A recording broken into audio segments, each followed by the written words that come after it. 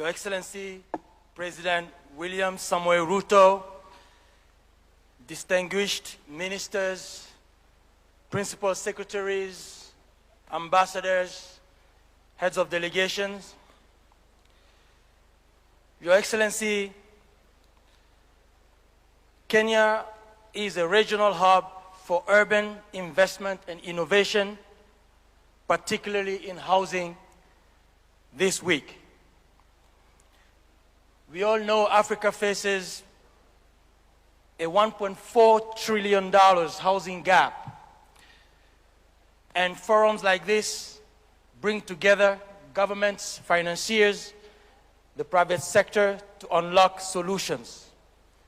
Your Excellency, we have delegations from all over Africa, all shareholders and members of Shelter Afrique Development Bank, which you are graciously hosting here in Nairobi for the past 44 years, since 1982.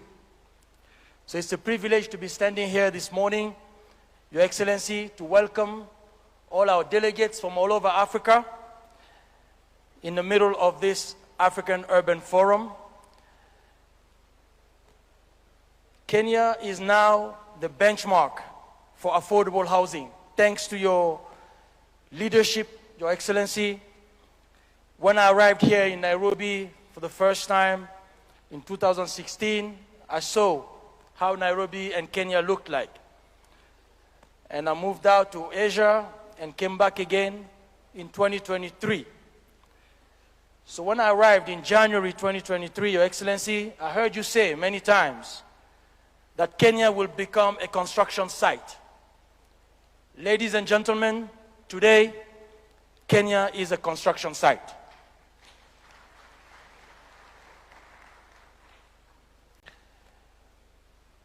I've been to many places across the country, Your Excellency. I've been to Nanyuki, to Mukuru here in Nairobi. The governor is in the room. Nyeri, Nakuru, Kisumu, Homa Bay, where I actually started in January when we were there together to do the first inauguration of the first affordable housing program, which is a flagship today in Kenya, in Homa Bay. Kisumu, Eldoret, Machakos, Mombasa, Kakamega, Mandera, up north, Lamu. I've seen the country is under construction, Your Excellency, and this is not talks, this is action, this is results on the ground. Mr. President, under your leadership, you have giants at the Department of Housing.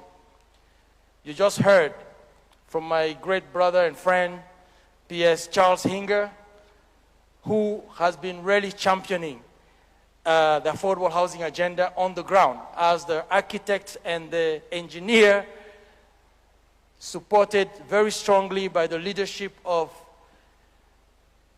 C.S. Alice Wahome, who's been at the helm of this institution for some time. Your Excellency, it is an honor again today to address you here and formally at the formal opening of this Africa Urban Forum in Nairobi, a city that reflects both the energy and the urgency of Africa's urban transformation. Across the continent, a profound shift is underway. Africa is urbanizing faster than any region in the world. Every year, millions of people move to cities seeking opportunity, livelihoods, and dignity. Our cities are therefore not only growing, they are becoming the primary stage on which Africa's development will unfold. But urbanization is not automatic progress. It must be designed, financed, and governed deliberately. Without investment, cities strain under the pressure of growth, housing shortages deepen, infrastructure gaps widen, informality expands. Policies and the right partnerships, cities can become powerful engines of prosperity and resilience. This is why the Africa Urban Forum matters.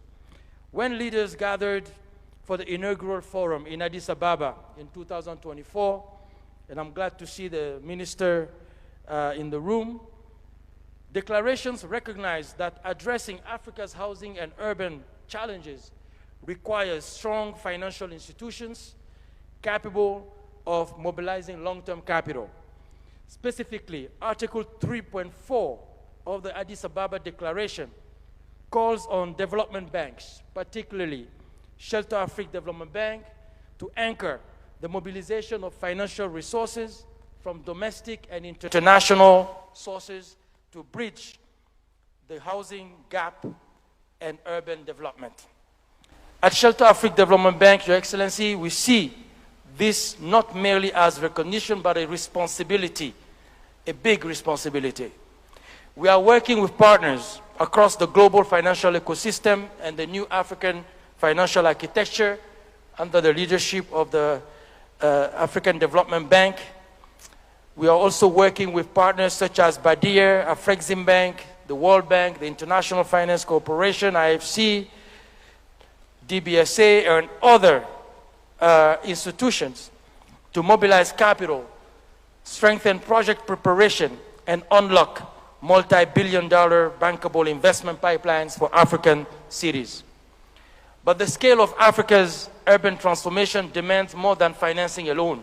It requires, across the entire urban ecosystem, collaboration.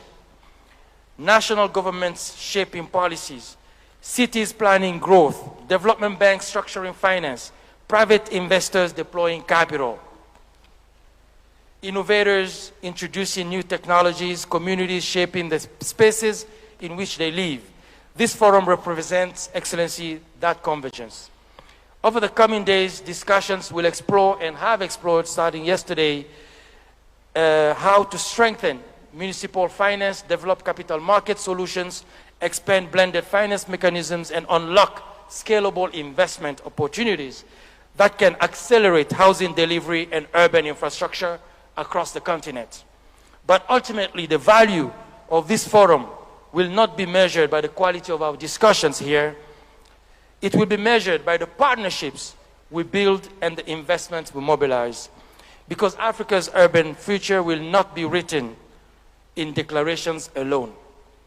It will be written in the homes that are built, in the infrastructure that connects communities, and in the cities that give millions of Africans the opportunity to thrive. Let us therefore approach this forum with bold ideas, practical solutions, and the shared commitment to action. Let us ensure that Africa's urbanization becomes not a challenge to manage, but an opportunity to seize. And let us remember that behind every project and every investment lies something profoundly human: a family seeking stability, a young person pursuing opportunities, and a community building its future.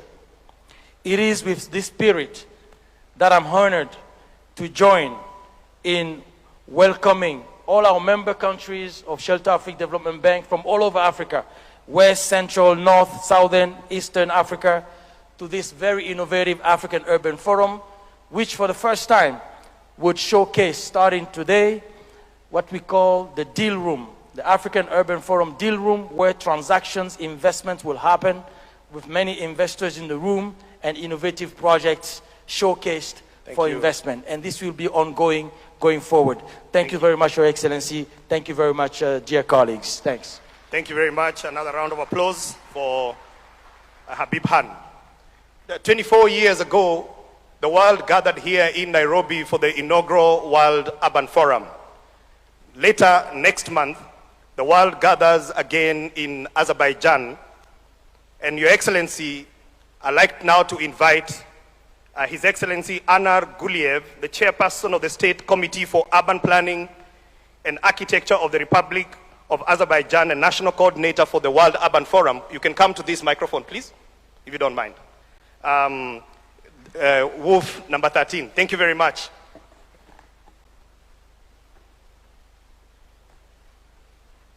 Thank you very much. Excellency Dr. William Samuel Ruto, President of the Republic of Kenya, Excellency Mr. Moses Vilakati, Commissioner of the African Union, Honorable Ministers, Madam Ana Claudia Rosbach, Executive Director of UN Habitat, esteemed delegates, ladies and gentlemen. Let me start by expressing my sincere appreciation to His Excellency President Ruto, the government of Kenya, as well as to the African Union and UN Habitat for the leadership in bringing together governments, development partners and other stakeholders. The second African Urban Forum has been made possible by the vision and dedication of partners advocating the global urban agenda. Kenya is certainly one of the most prominent champions of sustainable city planning and development. It was here in Nairobi in 2002 that the very first World Urban Forum took place, laying the foundation for what has become the world's most important platform for urban dialogue. Kenya is home to UN Habitat, and this forum taking place in Nairobi builds on the country's tangible initiatives aimed at improving living conditions of citizens through large-scale housing and infrastructure development projects. I have had chance of seeing some of them. They are really impressive. We know from our own experience how valuable such forums are. Azerbaijan was the first country in our part of the world to organize National Urban Forum in 2022. Practical value of that forum has inspired continuity of the urban dialogue, turning it into a regional one, and ultimately driving our decisions to nominate Baku as the host of the 13th World Urban Forum. I'm truly thrilled to see excellent progress on the urban agenda in Africa. I would like to congratulate the African Union for its leadership. African Urban Forum, premiered in Ethiopia in 2024, has already positioned itself as an important and influential platform for advancing dialogue and cooperation on sustainable urban development across the continent. It demonstrates Africa's growing determination to shape the future of its cities. Statements by Excellency Ministers made yesterday are driven by strong ownership and resolve to produce tangible results through practical solutions. This is exactly what we want the outcomes of the World Urban Forum in Baku next month to be: practical and action-oriented. Speaking of synergy, the theme of the second Africa Urban Forum, adequate housing for all, advancing socio-economic and environmental transformation towards the realization of Agenda 2063, is naturally intertwined with the theme of the 13th World Urban Forum, housing the world, safe and resilient cities and communities. Housing is more than shelter. It is a foundation for stability, dignity, and economic opportunity. It drives economic growth that improves people's everyday life, strengthens the social cohesion within and among the communities. We live in a time of complex challenges. Across the world, cities are experiencing growing pressure from rapid urbanization, the expansion of informal settlements, limited access to adequate affordable housing, and the increasing impact of climate-related risks and other emergencies. Responding to these challenges requires more than technical solution. It calls for visionary urban planning, sustained investment, and people-centered policies. It also requires stronger partnership at the national, regional, and global levels. Having underlined the prominent role of Kenya and African Union, I feel obliged to also emphasize the steadfast role of UN Habitat. Being the host of the 13th session of World Urban Forum, my country is pleased to work with such a reliable and professional counterpart. So I suspect this is at least partially defined by the famous Nairobi spirit.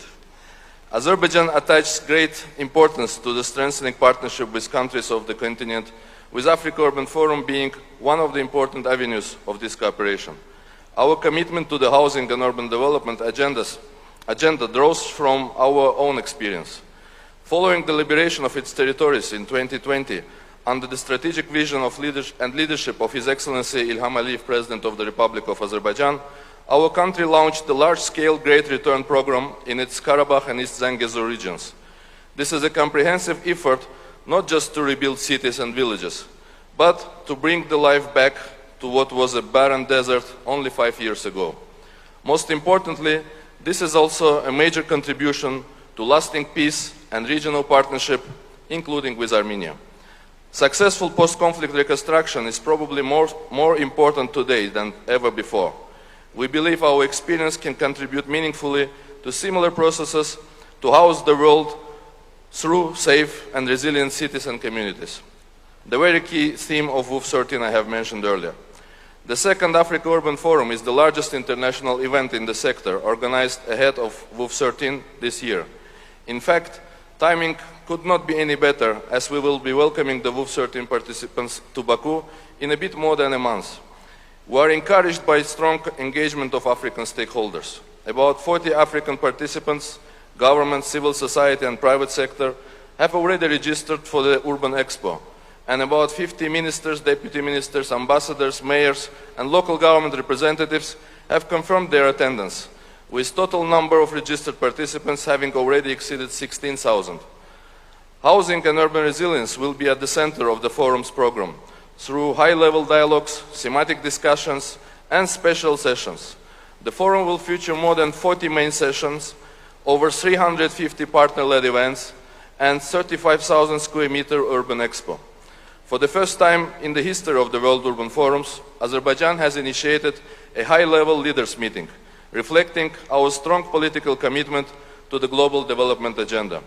We are honored that a number of heads of states have confirmed their attendance, including many from Africa. It goes without saying, we very much count on the most active, valuable contribution of our Kenyan partners, an active engagement of the African Union. Special session Africa Affordable Housing Compact will take place during the WUF 13. The session will explore financing models and partnerships to accelerate the delivery of sustainable, scalable housing solutions across the continent. The government of Azerbaijan will also organize a special session, Cities at the Heart of Connectivity, Urban Reconstruction and Regional Cooperation, highlighting how urban reconstruction can contribute to broader regional connectivity and cooperation, with cities playing a central role in this process. Let me underline, while well aware of the importance of such deep intellectual discussion, we are also determined to ensure practical value of the above deliberations. We cannot afford those discussions to remain discussions only, no matter how rich and well-intended. We believe WUF 13 presents important opportunities for Africa to engage actively and showcase its experience. Having hosted COP29, Azerbaijan is availing itself of existing and building new partnerships and spearheading climate change action, including through urban agenda. This will be among priorities of the WUF 13 as we look to contribute to COP31 in Turkey. Let me also mention that we have pleasure of co-chairing the open-ended expert working group on adequate housing for all, along with our friends from Somalia.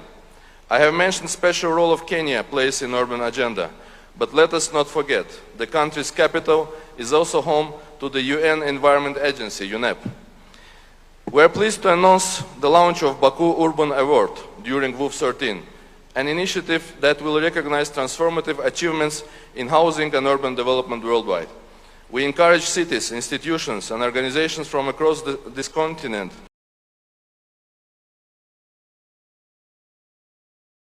to consider this an opportunity to showcase your innovative solutions. Urbanization is one of the defining transformations of our century. The discussions taking place here in Nairobi extend beyond this hall. They are of great importance for discussions in Baku. Those discussions, in their turn, will shape the direction of the global urban agenda for years ahead. As we all know, the battle for SDGs will be won or lost in the cities. Losing is not an option. However, we can win only together. Let us join our efforts. I invite each and every one of you to join us next month at WUF 13. The strong presence and active contributions of African states, local governments and communities will elevate the discussions and strengthen the outcomes. I wish the Second African Urban Forum every success and productive deliberation. I extend my sincere wishes for continued prosperity, well-being and resilience to the people of Kenya, thanking them for their hospitality, and to all the nations of Africa. I look forward to welcoming you in Baku. Asante sana, thank you for your attention.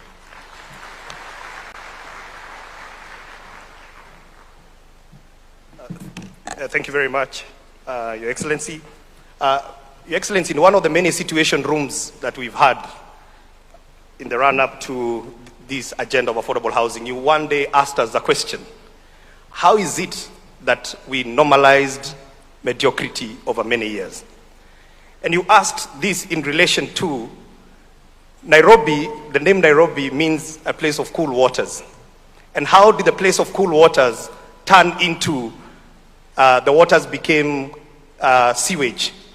And Your Excellency, you asked, how is it that Nairobi hosts 2 UN bodies, and yet we became okay with that level of mediocrity? Next speaker, Your Excellency, is Her Excellency Anna Claudia Rosbach, the UN Habitat Under-Secretary General and Executive Director of UN Habitat. You can come here. We've had a lot of collaboration with them, especially on the issues of the Nairobi rivers.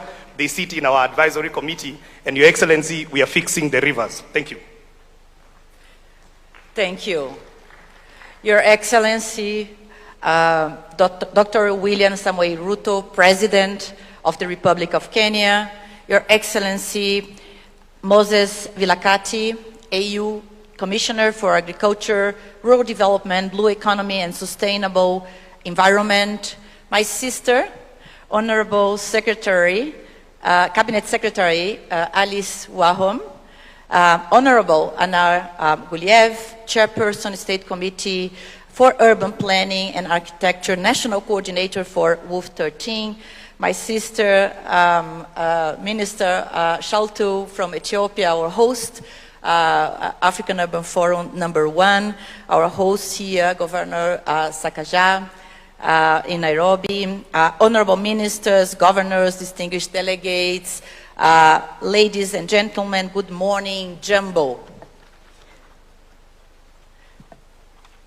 It's an honor to join you here in Nairobi for the 2nd African Urban Forum, at a moment when Africa's urban future and transformation is not just a continental priority, but it is a global one.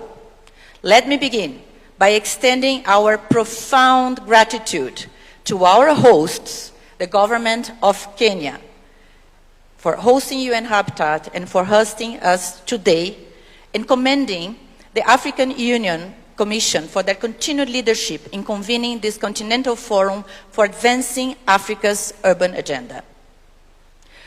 Converging again after the first Addis Ababa African Union Forum in 2024, where participants adopted the African Urban Forum Declaration on Sustainable Urbanization for Africa's Structural Transformation, the 2nd African Urban Forum in Nairobi shines the spotlight towards Africa's urbanization, rapid urbanization, happening at unprecedented scale.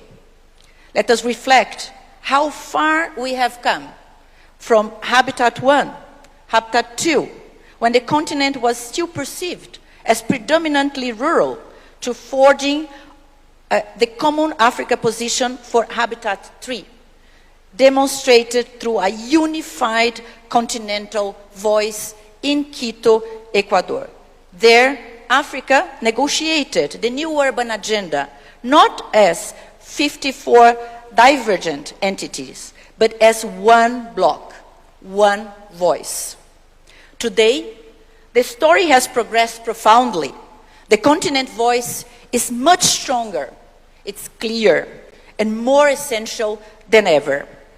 Our theme is adequate housing for all, advancing social, economic, and environmental transformation towards the realization of Agenda 2063. It couldn't be more timely. Africa is the world's fastest urbanizing region, with cities growing at an average annual rate of 3.5%. This is a benchmark in human history. And by 2050, 6 out of 10 Africans will live in urban areas. 80% of Africa's population is going to be in cities. And over 60% of Africa's total population is under the age of 25. Urban areas are already generating nearly 60% of Africa's GDP. But at the same time, 60% of people are lacking adequate shelter. So this is not merely a demographic shift or a shelter issue, but it is a systemic crisis rooted in the limited access to land, commodification of housing, compounded threats from impacts of climate change, instability, and urban vulnerabilities. You mentioned a few: poverty and inequality at the bottom line. Across Africa, this growth is not uniform. While rural to urban migration is a factor, much of Africa's urban growth is now gradually coming from within cities themselves. We are witnessing the shift in growth. It's occurring primarily in the secondary and intermediary cities. The rapid urbanization process in Africa, while challenging, also offers powerful opportunities to expand access to decent, affordable housing, service land, and basic services, thus accelerating economic growth and strengthening social cohesion. While cities continue to grow at accelerated rates, it creates the scale needed to justify and attract investments in infrastructure, housing, and essential amenities. Expanding transport networks, affordable housing, digital systems in cities opens the door to improved mobility, greater connectivity, and enhanced productivity.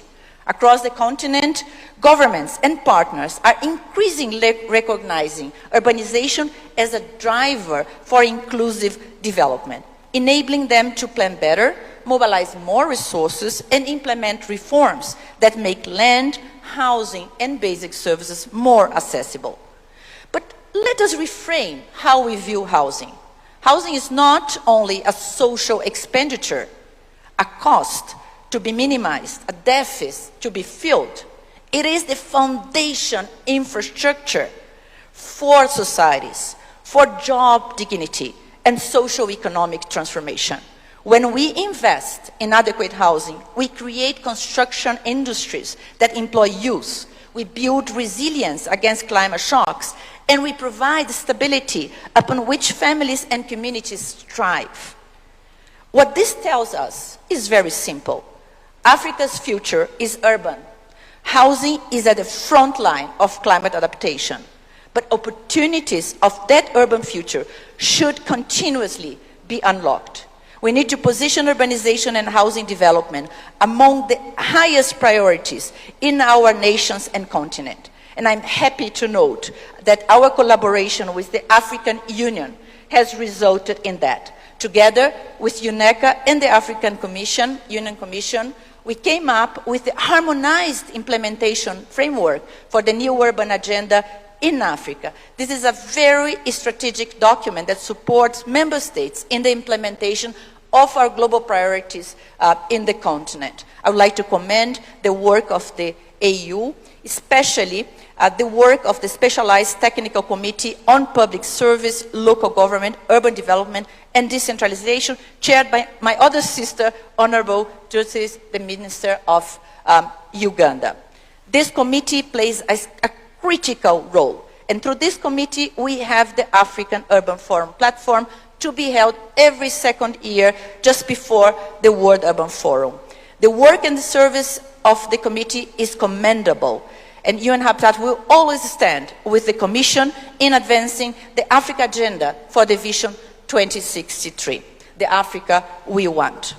At UN Habitat, our response is clear. Across Africa, UN Habitat is supporting over 40 countries with national urban policies, housing strategies, and planning systems. We are focusing on 3 core priorities: ending the global housing crisis, supporting climate resilient and inclusive cities, strengthening urban governance and finance systems. Globally, this year, 2026, marks a pivotal period for UN Habitat, 10 years after the new urban agenda approved in Quito, Ecuador. It's important that we together evaluate what are the gaps and chart the course for the remaining decade of the new urban agenda. This is also the year where we are looking in depth to what happened to SDG 11, especially SDG 11.1, featuring housing and informal settlements. And unfortunately, we are already seeing that the world is not on track to meet the 2030 agenda. To continuously support the member states in addressing the global housing crisis, the open-ended working group on housing, which was established in June 23 as a global platform to advance policy guidance, develop practical recommendations and support countries in integrating housing systems, has over the last 1 year delivered concrete progress. Thank you, Kenya. Thank you, the government of France. We looked at social housing, informal settlements, finance and land. Looking ahead for 2026, under the chairmanship of Somalia and Azerbaijan, we are going to look at land, integrated housing policies and climate resilience. As embedded in our strategic plan for 26-29, I call on partners to embrace 3 priorities. First, let us put housing and transformation of informal settlements at the center of development agendas. Second, let's strengthen our institutions and systems for transformative change. And third, let's learn from within Africa. Allow me to recognize Kenya's leadership role on the global housing stage, primarily through 2 complementary positions: as a co-chair of the open-ended working group on housing and as a global champion of the call for action on adequate housing for all. Together in 25 countries, through the high-level roundtable on the sidelines of the United Nations General Assembly in New York last year, leading from the front, His Excellency President Ruto advanced a proposal for a coalition of global housing champions, a political platform for heads of states to advocate for inclusive housing policy and mobilize finance. His Excellency, Mr. President, I extend my warmest gratitude for the visible progress in urban transformation and the support you give to our mandate at UN Habitat. The outcomes of this second African Urban Forum will be directly connected to the World Urban Forum 13 to be hosted by our excellent, great partners, Azerbaijan, now in May in Baku, as it was shared. We expect Africa to be strongly there to showcase your leadership, to represent your solutions, and to influence global investments. Excellencies, this is not only a gathering. The Urban Housing Forum matters. We finish this presentation today just committing that UN Habitat stands ready to support Kenya, African Union, and all of you in the roadmap ahead through the urbanization process in Africa. Thank you very much. Asante sana. Thank you very much, Edie. Your Excellency, this event is co-hosted by UN Habitat, Africa Union, and the Government of Kenya. Allow me now to invite His Excellency Moses Vilakati, the AU Commissioner for Agriculture, Rural Development, and Blue Economy, to come and make his brief remarks.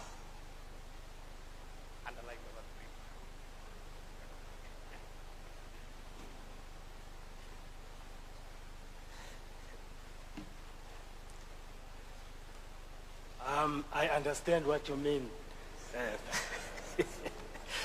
Your Excellency, Dr. William Samuel Ruto, President of the Republic of Kenya, and the host of the second Africa Urban Forum, honorable ministers present here, strategic partners, the private sector, and all protocols observed.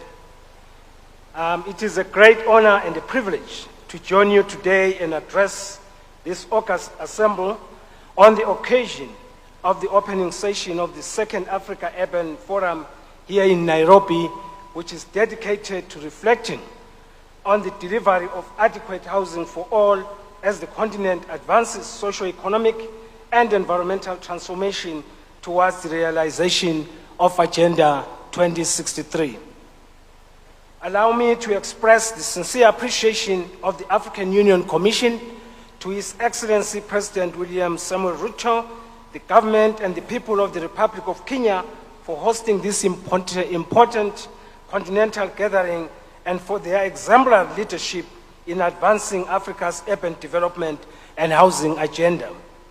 As we gather here to affirm the value of partnerships and cooperation and finding common solutions to shared problems, I wish to commend our long-standing partnerships with the United Nations Human Settlement Program, UN Habitat, and the United Nations Economic Commission for Africa, UNECA, for their continued support in convening this continental gathering.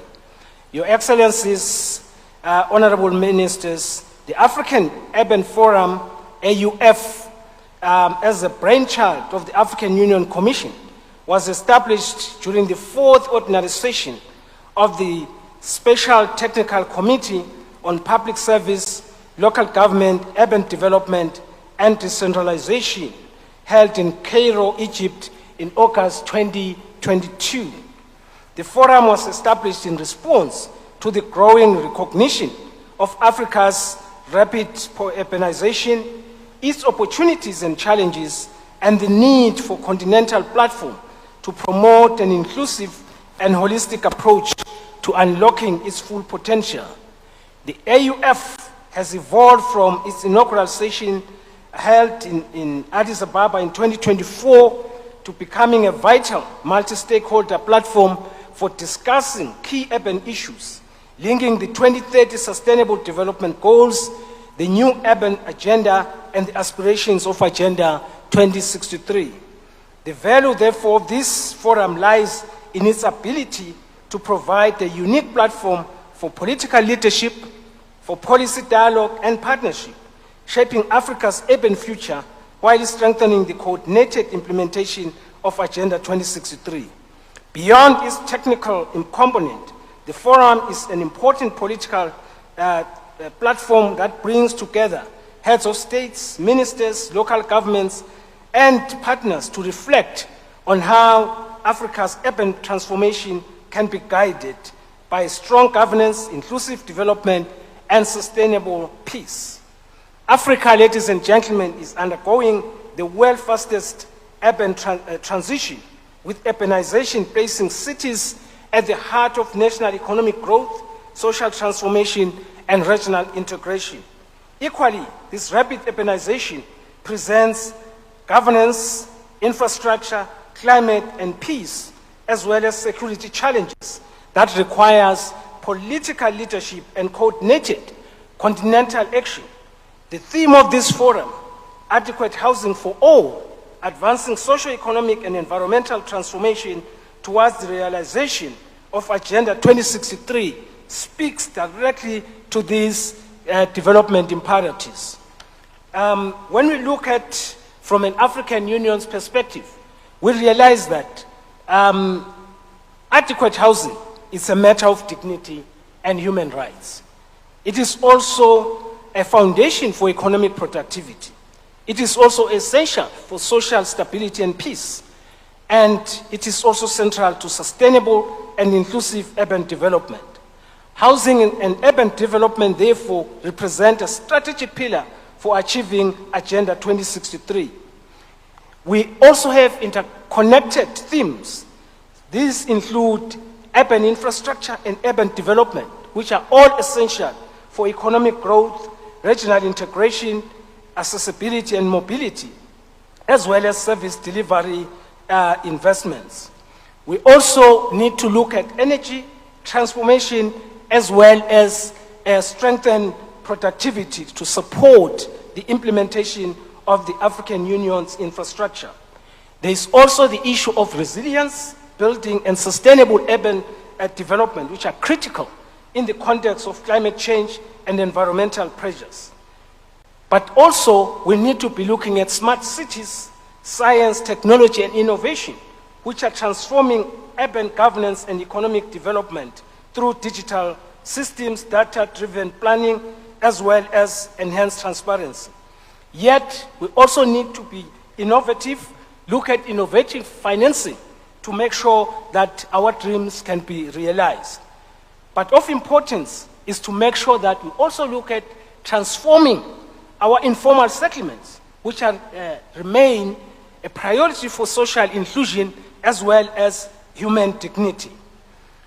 Lastly, we need to be looking at urban migration and displacements, which requires coordinated governance and policy responses. Cities are increasingly hosting displaced populations and migrants, making urban areas central to humanitarian response, social integration. These priorities are closely linked to our broader thinking as the African Union's work program on decentralization, local governance, and urban development. The theme for this forum, therefore, aligns strongly with the African theme of the year 2026 on water and sanitation, which recognizes water as a strategic resource for human security, for public health, as well as for sustainable development. It is our collective responsibility, therefore, to take stock of the progress that has been made by the African Union regional economic communities, our national governments and local communities in implementing the commitments which were adopted during the inaugural inaugural African Urban Forum in 2024. We must now accelerate our efforts to translate these commitments into concrete actions. So I look forward to this meeting coming up with concrete actions so that we can do the same in about 2 years' time.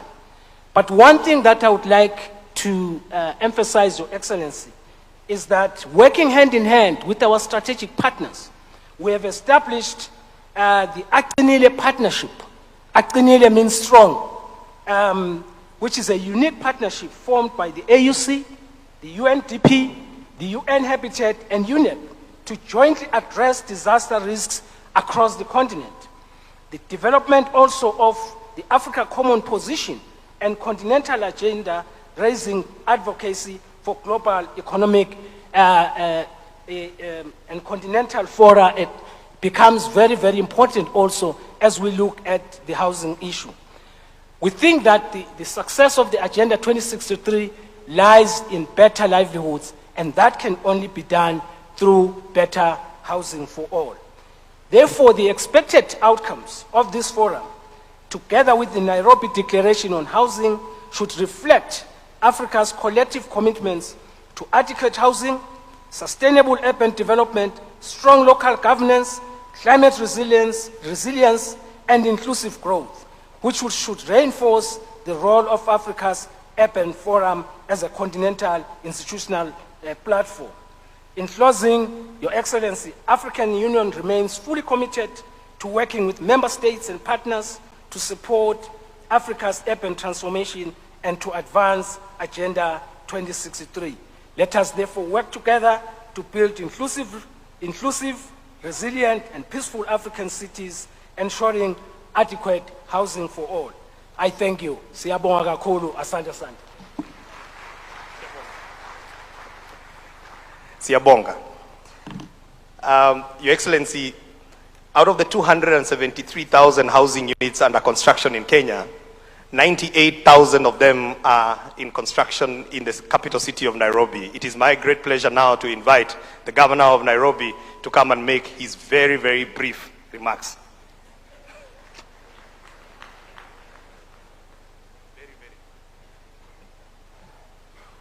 Your Excellency, President William Ruto, the President and Commander-in-Chief of the Defense Forces of Kenya, Waziri Alice, AU Commissioner Moses Vilakati, ministers from across the continent. We're told we have more than 40, and we're really privileged as Nairobi to have you all here in our capital city.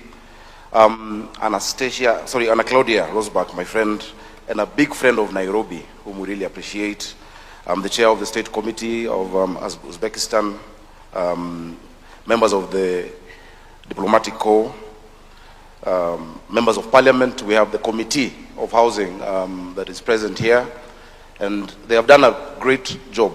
Everything that you see us talk about really needs great legislative grounding, and we really thank you for that. We've seen the members of Parliament from the Housing Committee, Mr. Anna Goulier, honorable delegates, my colleague governor, Anyang' Nyong'o, the governor of Kisumu, which is Kenya's third city, Governor Professor Anyang' Nyong'o is also the chair of the Committee on Urban Matters and Housing at the Council of Governors.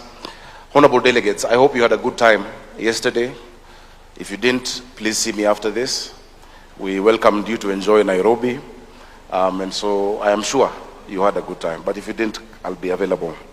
Your Excellency, yesterday we underscored the urgency of what we're dealing with. We spoke about the numbers. We saw the stark reality that we're faced with as a generation, the situations that we find ourselves in.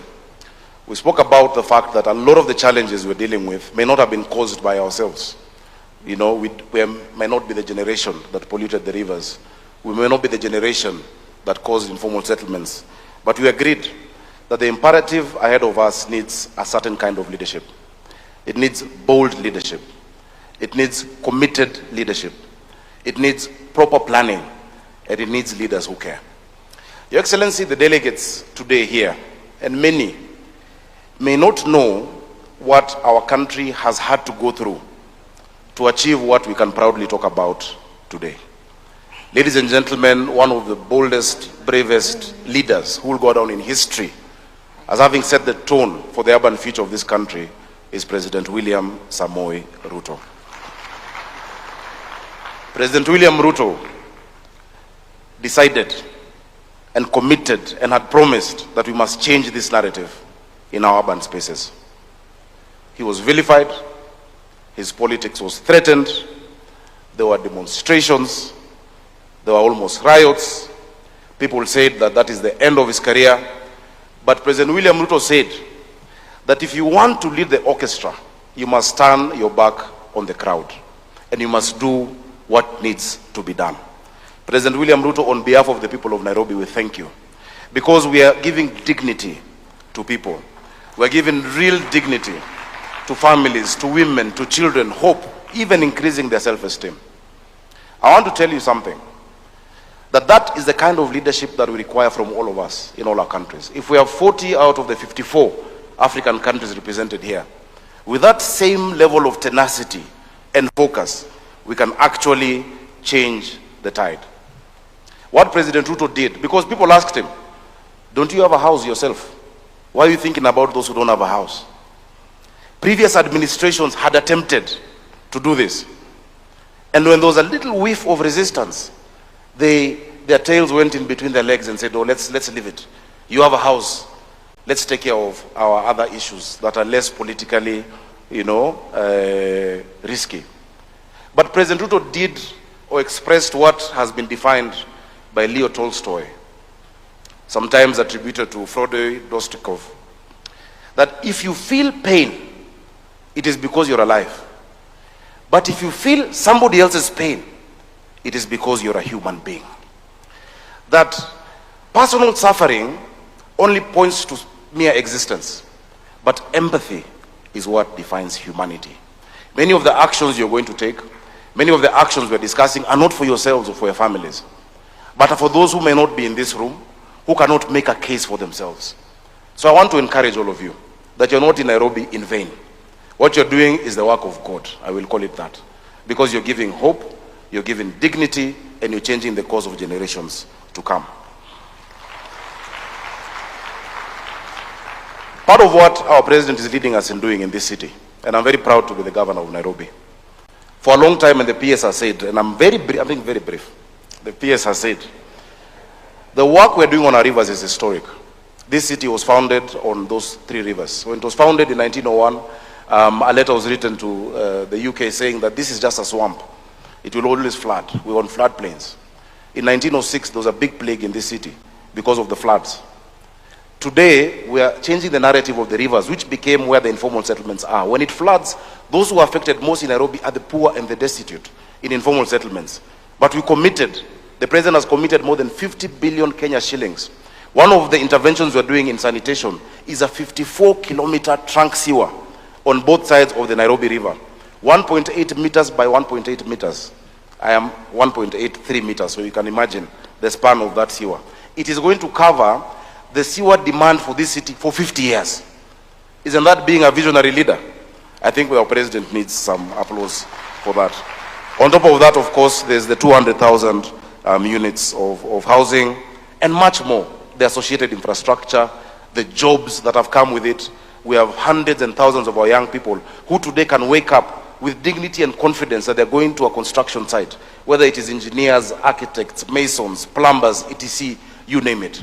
So we are seeing this transformation. I would like to finish by challenging my friend Habib.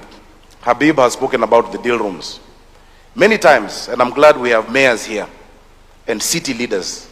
And yesterday I threw a brief challenge. I didn't go much into it because I was just to speak briefly. Mostly cities are called to make welcoming remarks, not to talk about the crux of the matters. But these mayors and city leaders are the ones who grapple every day with the urban challenge on our continent. I think they deserve better recognition. And I've seen one of my predecessors, Mayor Joe Akech, when Nairobi had mayors back then. Let's appreciate him.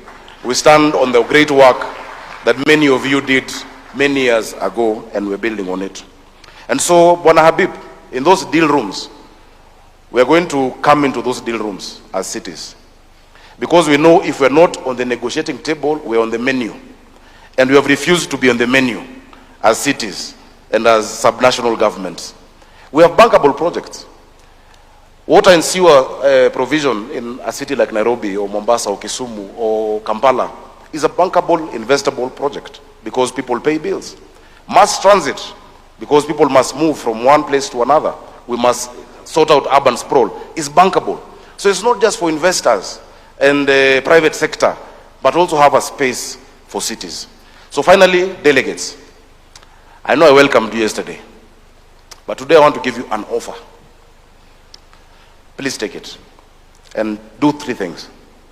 Number 1, after your meetings, please find any hotel in Nairobi, any restaurant, any place of recreation. Go in there. You can order ugali, which is a Kenyan dish, nyama choma. You can order pizza if you want. You can order, githeri. Have as much as you want. As much as you want. If anybody asks you, say Sakaja sent you. The governor of Nairobi. So the first thing is you're welcome. Number 2, find any restaurant and say, Governor Sakaja sent you. But number 3, pay your bill yourself. Because there's nothing for free in Nairobi. May God bless you and enjoy this forum.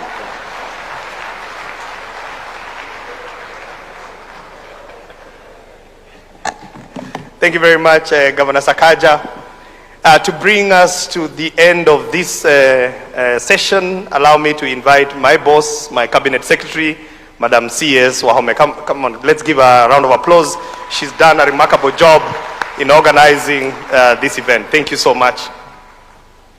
Thank you. Thank you. Let's give a clap to P.S. Hinga. He's the guy I ride on for implementation. Thank you. Thank you very much. Your Excellency, the President of the Republic of Kenya, Dr. William Samoei Ruto, Your Excellency, AU Commissioner Moses Virakati, here on behalf of yourself and on behalf of the chairperson and the African Union, Your Excellency Anna Claudia Rosbach, ED of UN Habitat, together with Undersecretary General for the United Nations. Your Excellency, allow me to recognize in a special way also Anar Guriev for purposes of his chairmanship for the World Urban Forum. We've made a bit of some promises there. Your Excellency, may I also recognize my sister Chatu. You know, I was sitting next to her, so I need to recognize her because AU, the Africa Urban Forum, started in Ethiopia, and they laid a firm foundation led by the Africa Union. I have my sister here, Deborah, the one in charge, CS Deborah, one in charge of environment and forest. I have many colleagues in this sector, excellencies, ministers, we have ambassadors, we have distinguished participants, we have Shelter Afrique that is ahead of the park in terms of that space, in terms of policy, now operating as a bank. We have, Your Excellency, ambassadors and high commissioners. I will leave it there, but I want to welcome Your Excellency. Help me to welcome His Excellency this morning to this opening session. His Excellency Dr. William Ruto is here to give us the opening keynote address. And that will be at a later date, at a later session. Your Excellency, the room is full. And I assure you, even yesterday, it was this full. We have exchanged great ideas. But one thing that came out, Your Excellency, is that we must move from boardrooms, we must move from halls, and we must consolidate our energy, our strength, and our ideas. With those remarks, Your Excellency, allow me to just say one or two things that as I address you on this second Africa Urban Forum here in Nairobi, at a moment when the question of housing and urban development has firmly moved to the center of Africa's development agenda. Allow me at the outset to recognize the leadership of His Excellency President William Ruto, who has been designated as the global champion for adequate housing by UN Habitat. Recognition that reflects not only Kenya's national commitment, but our own shared conviction that housing must be elevated at a global and continental priority. Your Excellency, across Africa, rapid urbanization is no longer a future prospect. It is our present reality. Yet, unlike previous global urban transitions, ours is unfolding under conditions of constraint, limited physical space, growing populations, climate change and vulnerability, significant infrastructure deficits. The list is long. This presents us with a dual reality. On the one hand, our cities are engines of growth, innovation, and youth employment. On the other hand, without deliberate and coordinated interventions, they risk becoming centers of exclusion and institutional centers of inclusion and vulnerability. It is within that context, Your Excellencies, that Kenya has made a deliberate and strategic policy choice to place housing as one of our priority areas in our national development agenda under the leadership of His Excellency. We have recognized that housing is not simply a sector. It is a system that connects land, infrastructure, finance, labor, and markets. A system that, when structured effectively, unlocks an economic activity across multiple value chains, going from construction, manufacturing, and also service delivery. The local enterprise, therefore, becomes a beneficiary, and such a system, when scaled up, is able to deliver both social outcomes and economic transformation. Excellencies, our approach to provision of adequate housing in Kenya is anchored on three key pillars. First, we have prioritized policy and institutional alignment, ensuring that housing delivery is coordinated through a whole of government approach that integrates planning, financing, and implementation. Indeed, our financing is a local solution.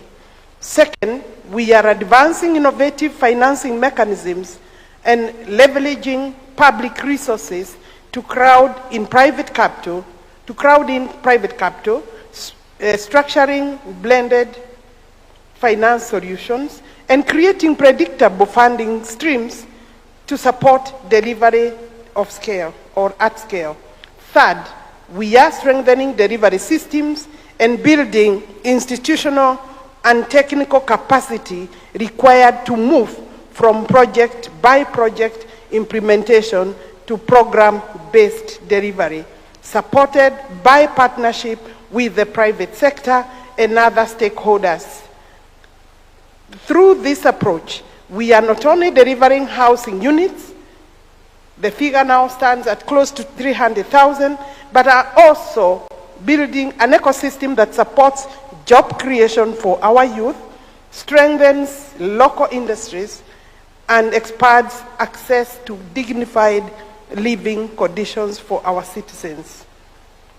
Excellencies, while we are encouraged by the progress we are making, we are equally clear that no country can address housing challenges in isolation. It requires stronger partnerships between governments, development institutions, and financing partners. The private sector is a key player, and communities must not be left behind.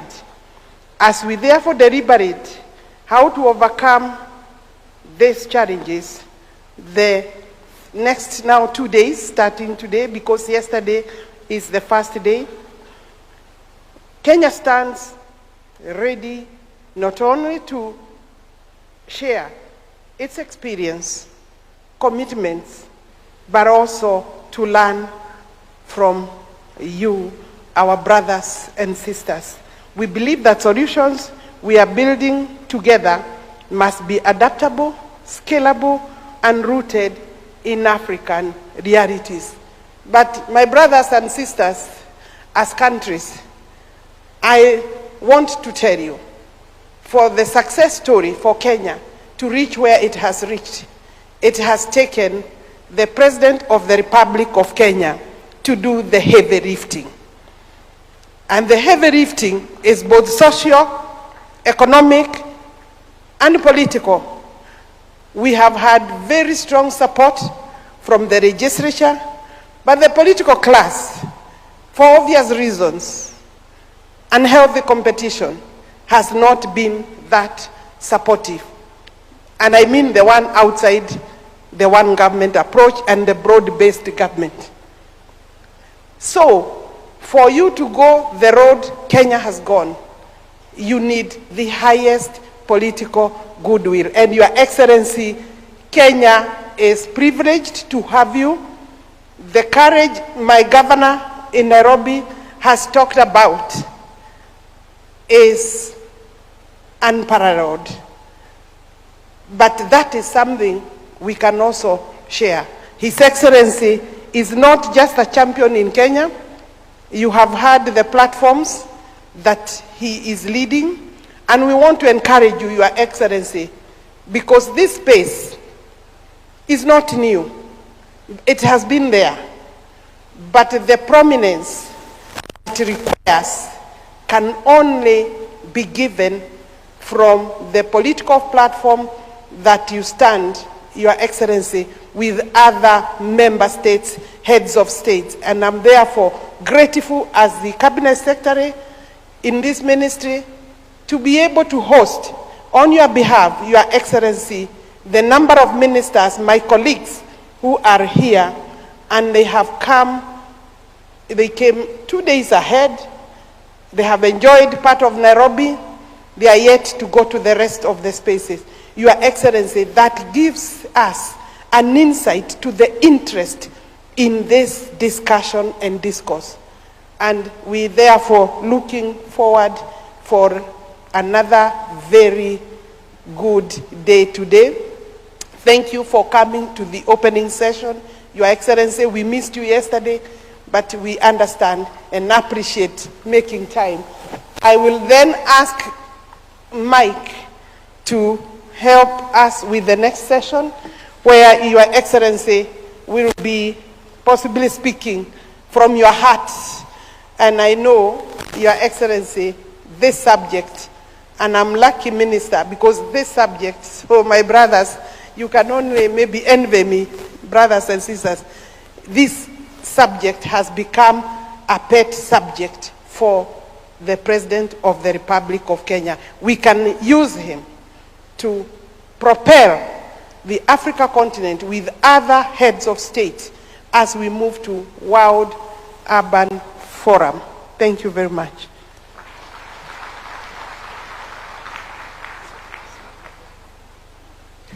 Another round of applause for Cabinet Secretary Alice Wahome. Thank you very much. Your Excellency, I believe all in this room believe that the future is urban.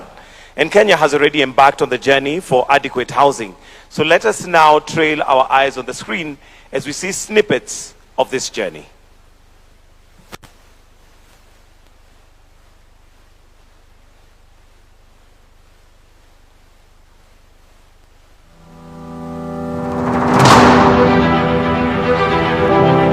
Africa is not waiting. Africa is building. It is rising fast, bold, and undeniable. This project before us here is the single largest housing intervention in Kenya's history.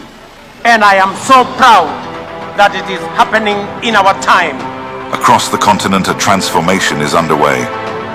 From the pulse of Nairobi, to the energy of Lagos, to the innovation shaping Kigali, a new urban story is being told. Let us collectively look at the human aspect of housing as an equitable right for everyone. Africa is designing for itself, because how Africa urbanizes will define how Africa lives. Urbanization is generally associated with a high quality of life. When people are moving from rural areas to urban areas, they're coming in search of a high quality of life. But the inverse actually happens. When you come to the urban spaces, that's where you're going to find the most marginalized person, the urban poor. We must be intentional. The African city of the future is walkable, green, youth-centered, and grounded in dignity and belonging. Will cities divide or unite? Will growth exclude or empower? Will we build for survival or for prosperity? Now is the moment to act. If this opportunity is lost, it will be for the bad of the people, right?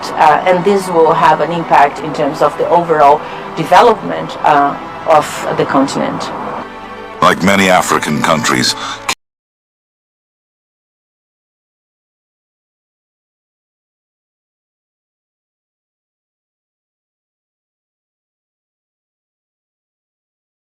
Kenya is not waiting for permission. Every dignity also, it's kind of lifted up, not the same way while you are still in the slums. We know that the future is urban, so we must manage these spaces so that we're able to coexist, ensure that we have proper transport systems. Top of all is ensure that there's some ownership so that they can be able to gain some dignity and feel like they're part of the life. adequate housing for all. It is not a slogan. It is the foundation of Africa's transformation. Because the future of Africa is not a distant dream. It is being built right now. Agenda 2063 is not a document. It is our aspiration. And in this defining moment, one question remains: who will shape it?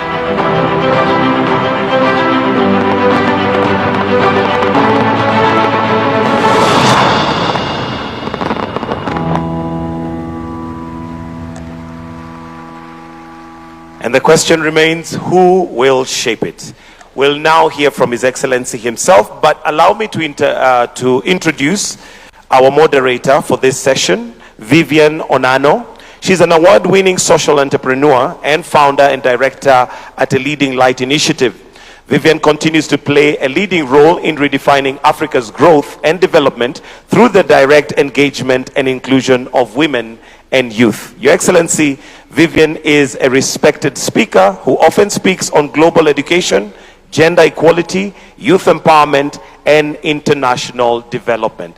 Distinguished guests, ladies and gentlemen, why don't we put our hands together as I welcome our moderator to now come and take up the next session. Karibu sana, Vivian. A round of applause, please. Welcome. Isn't she looking great? Welcome. Thank you, Mr. Mike Gitonga, for the generous introduction. Your Excellencies, Honorable Ministers, distinguished guests, fellow youth leaders, ladies and gentlemen, good morning. Good morning. I need to feel the energy in the room. It is my honor to serve as the moderator for this high-level fireside conversation with His Excellency the President of Kenya, where we will delve into key lessons, best practices, and critical challenges in delivering adequate housing for all. Africa is undergoing the fastest urbanization globally, with urban populations growing at over 3.5% annually. By 2050, our urban population will double, from approximately 700 million to over 1.4 to 1.5 billion people. Nearly 65% of Africans will live in cities. We are not simply urbanizing. We are building the future economic engine of this continent. And yet, today, over 56% of urban Africans live in informal settlements. Cities already generate more than 75% of national income, yet remain underfinanced and underplanned. This is not just a housing deficit. It is a systems challenge. Land, finance, governance, and ultimately, delivery.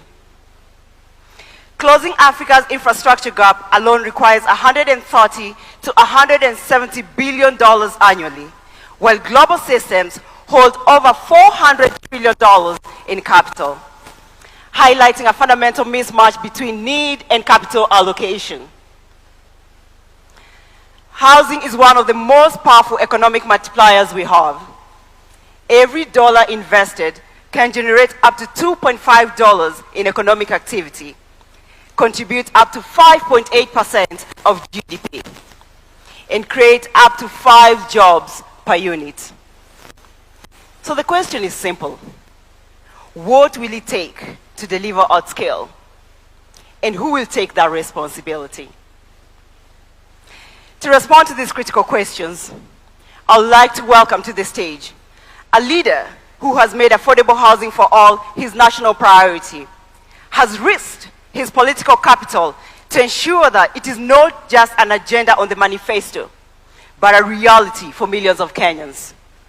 He is a powerful continental voice, and recently, last year at the United Nations General Assembly, he was recognized by the United Nations as a global champion for affordable housing for all. Ladies and gentlemen, please put your hands together for His Excellency, Dr. William Samoei Ruto, the President of the Republic of Kenya, as he comes to the stage.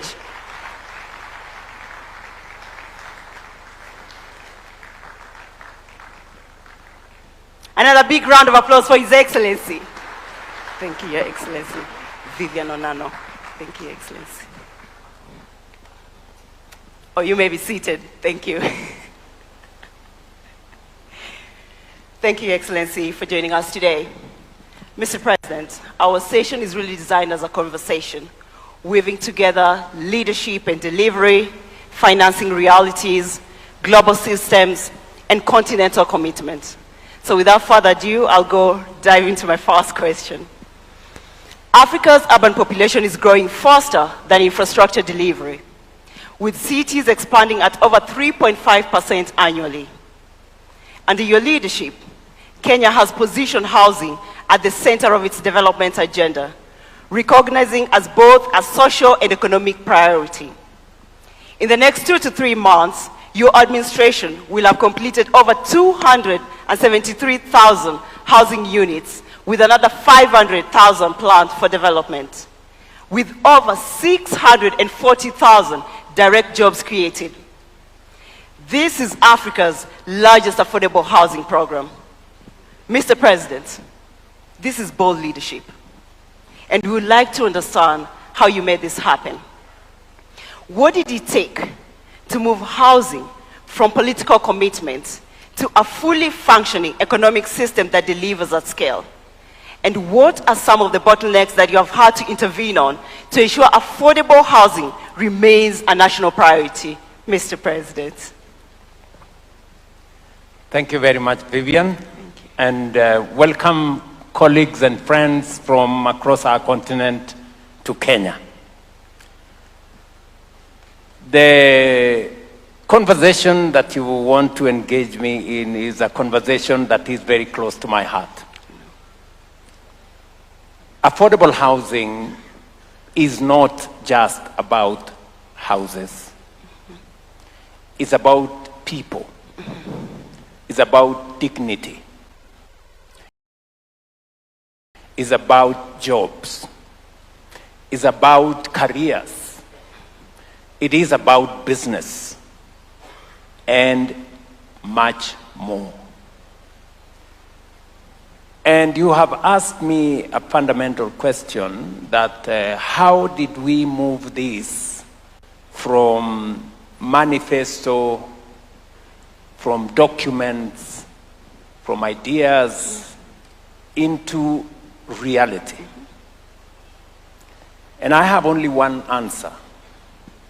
It takes leadership. That's it. And we have had this in our plans as a country in many administrations. We've had it in many manifestos. We've designed how it can be done.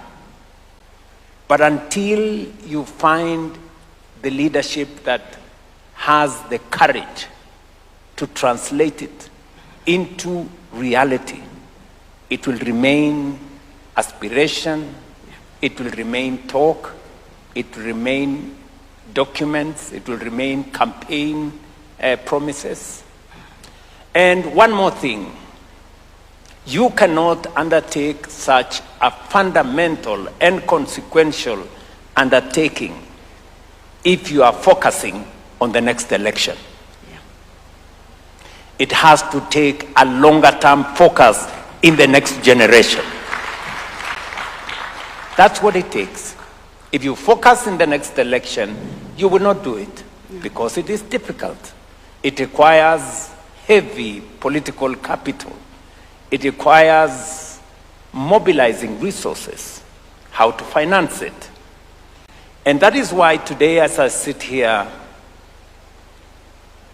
with 270,000 houses being built across the breadth of Kenya, in every large township in the Republic of Kenya, we have 200 active sites in every part of the Republic of Kenya. Yesterday, I was in one of our counties in Olkalau.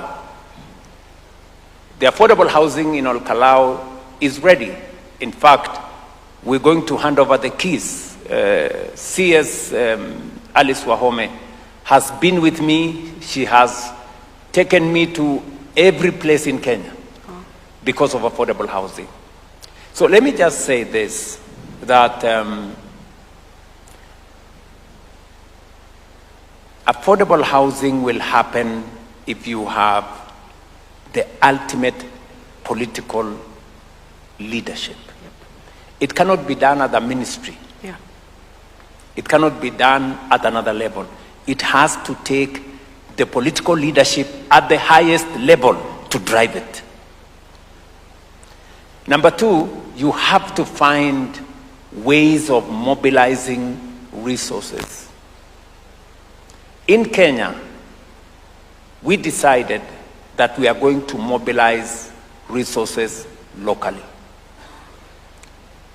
The houses we have built in Kenya, maybe ministers sitting here, and I want to say this is a very important forum. We have close to 40 countries represented here at ministerial level because housing is such an important topic for any government because the world is urbanizing.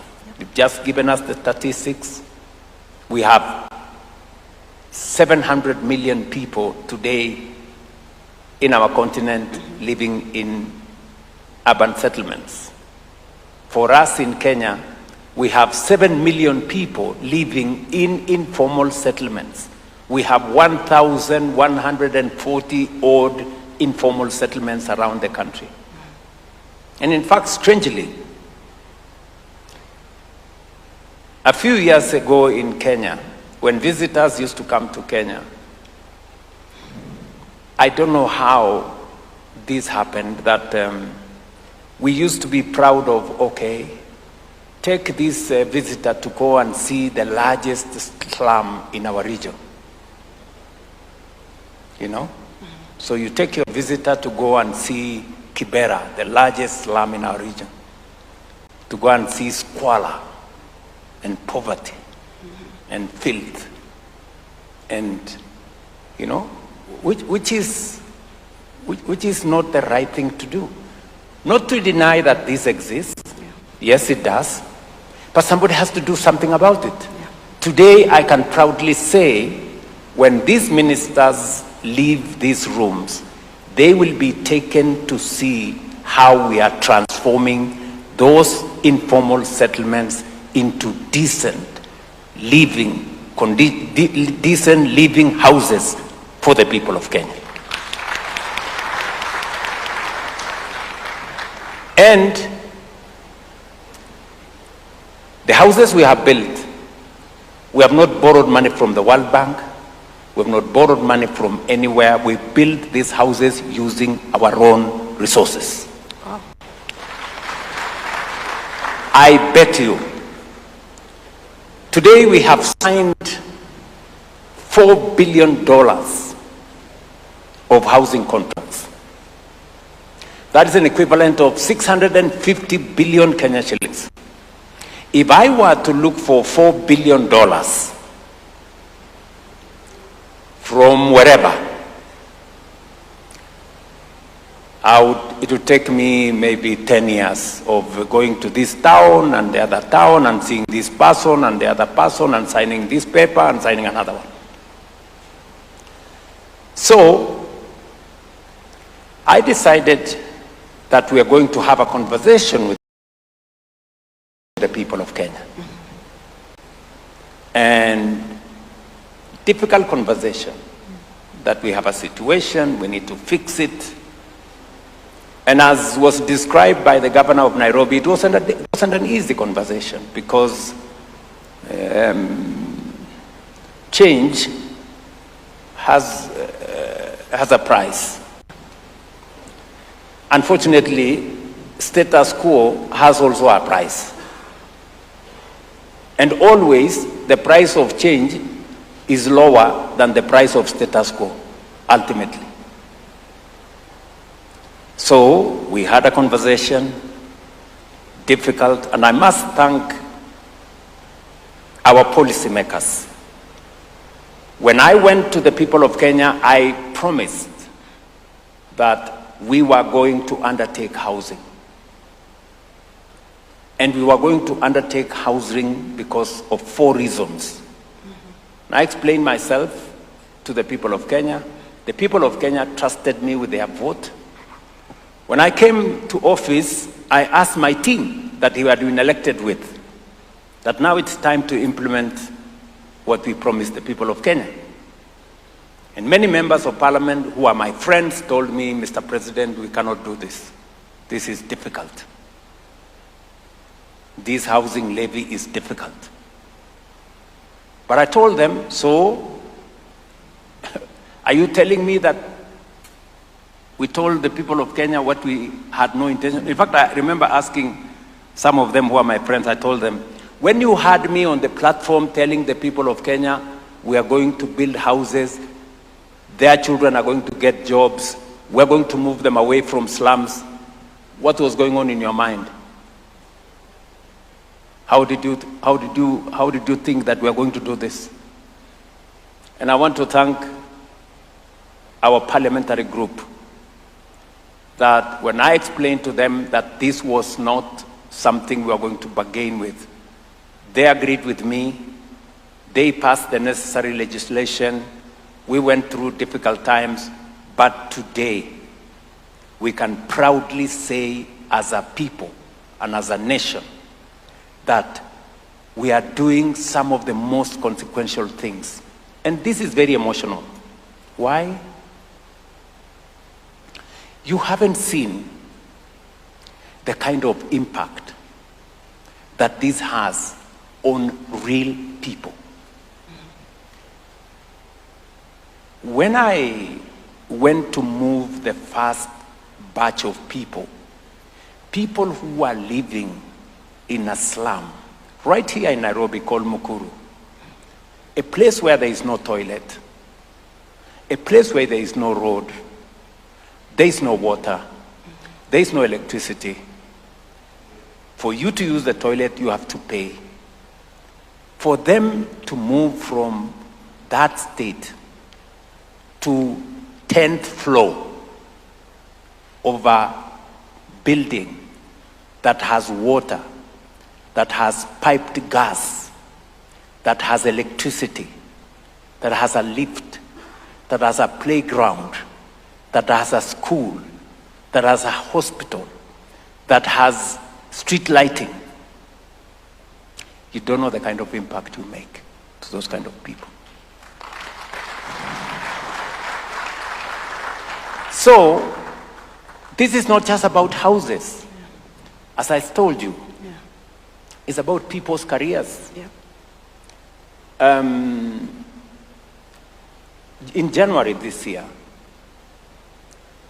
we brought on board about 6,000 interns.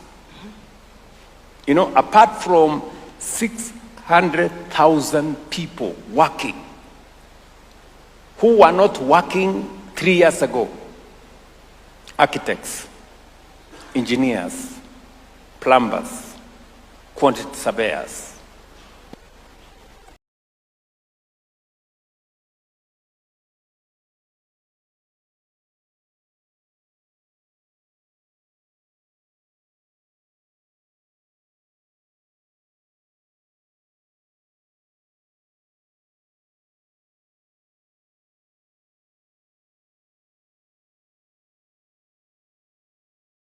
Carpenters, a whole array, realtor in being an electrician, people who have degrees in architecture.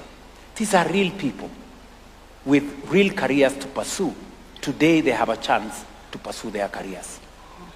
Today, because of the housing program, we have industries that have come on stream. We have people who have been Juakali artisans, small enterprises.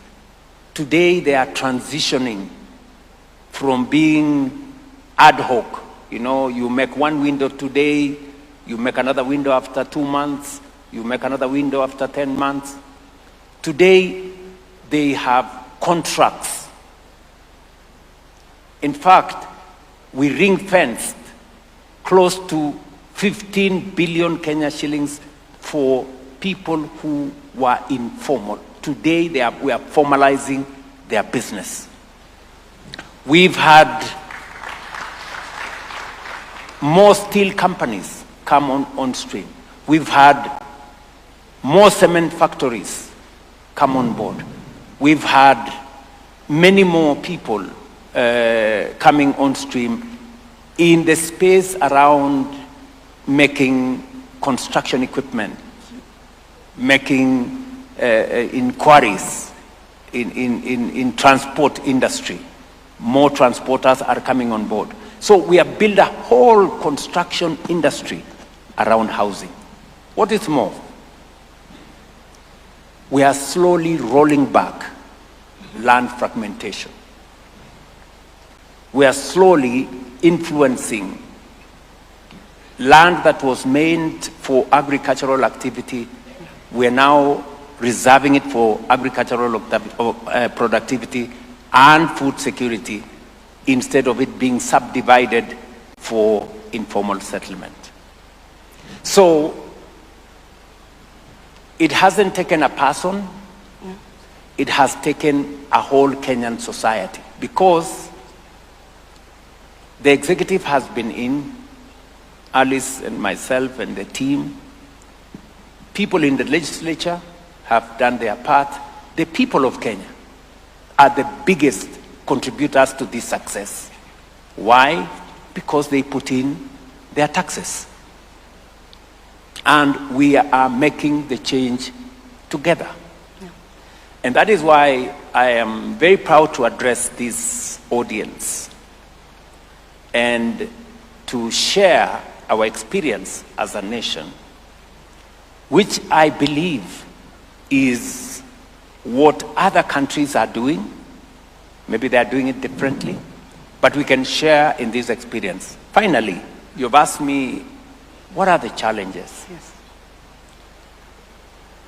The challenges have been, populist, we are going to stop this housing because we are protecting the pay slips of people.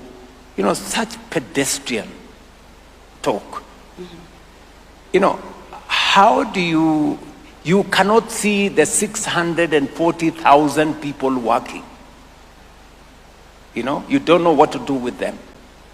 I know many ministers here are wondering whether there are still people who are opposing this in Kenya. Yes, they are there, and they are not few. There are many. Many politicians still climb to podia to talk about how they want to stop this. How you want to stop such transformation is mind-boggling. Right? We still have courts.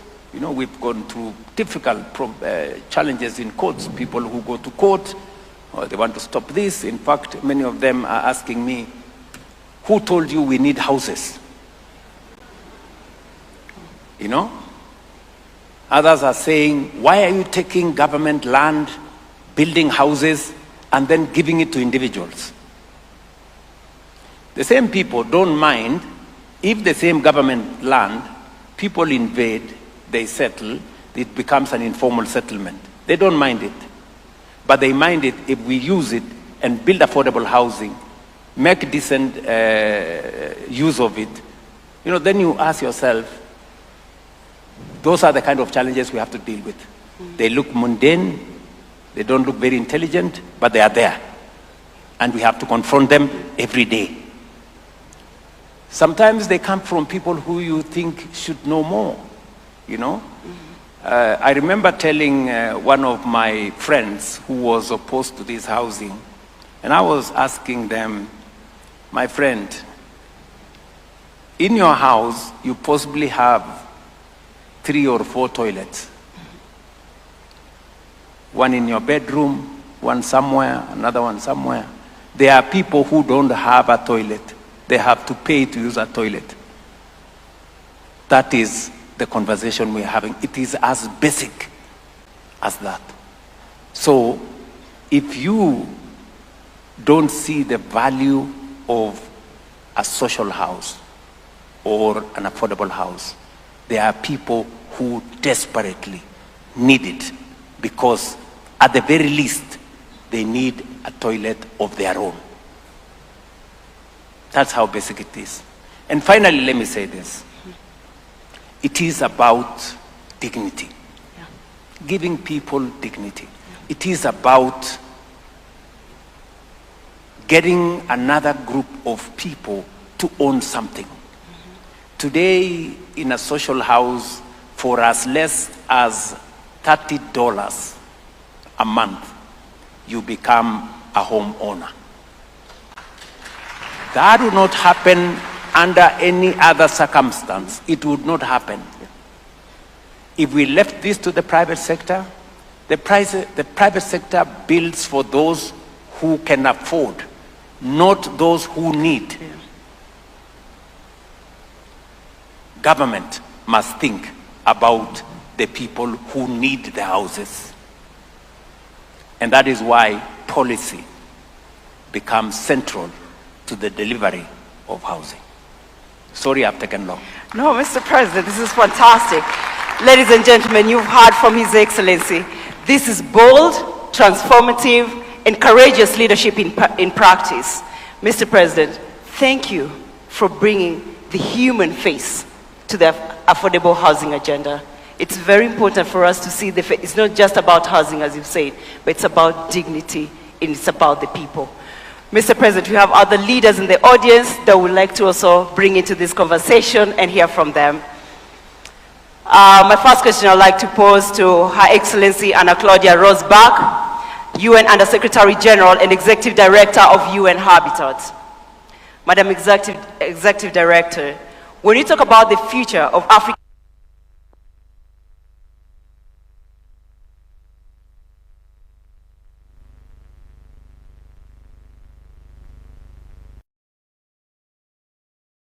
and are governments investing enough in secondary cities as the next frontier for affordable housing, or are we still over-concentrating resources in primary urban centers? Madam Secretary. Thank you so much. First of all, I really would like to appreciate Mr. Excellency President Ruto for your honesty and transparency. Indeed, housing is complex, and without top leadership, as you said, Minister, it's very difficult to accomplish because there are so many factors involved. But President spoke about the hundreds of millions that are coming to urban settings in Africa. And I spoke about the rural-urban, but also the migration among cities. And our data shows that the growth is actually happening in intermediary city. But if we look at metropolitan areas, the pressure is very, very, very high. At the front line, as you all mentioned, and as we are discussing at this forum, is housing. Because we cannot think about people coming to cities and not having housing. As the President said, the markets are limited. Right now in Africa, I would say 10% is the outreach of the market. Just because the incomes of the people are this low and the prices of their houses are this low. And somebody needs to fix that. So you putting public land into housing helps to cover the gap. You find the finance, and very well highlighted, the domestic finance, because this money is not out there available, is critical to cover this affordability gap. So the city planning, the role of the local authorities, of the mayors, of the governors is critical.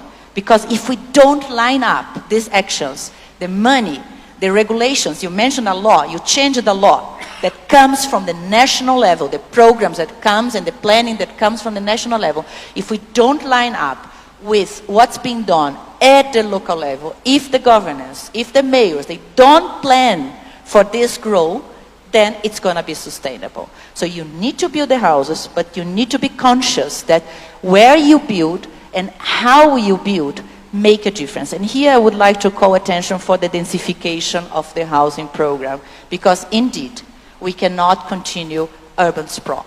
This is affecting food security, this is affecting our natural resources. So this is also, you mentioned, Mr. President, about a social pact that you did with the Society of Kenya, but this needs to be replicated at the local level. Because if you don't agree with the society, how the city is going to grow, up and to the side, and for whom, then it's not feasible. Thank you. Thank you, Madam Executive Director, for reinforcing the importance of... Can you allow me just to backstop what she has said? It is very fundamental that governments at all levels are aligned. I must commend the leadership of Professor Anyang' Nyong'o in the Council of Governors, because it wasn't going to be possible for us to roll out this in a very short time if we didn't have the partnership of our county governments. Today, approvals for houses take the shortest time possible because we have standardized many things and we have agreed with the county governments that whether it is national government land or county government land, this is land that belongs to the people of Kenya. There are no national government people, there are no county government people, we only have the people of Kenya.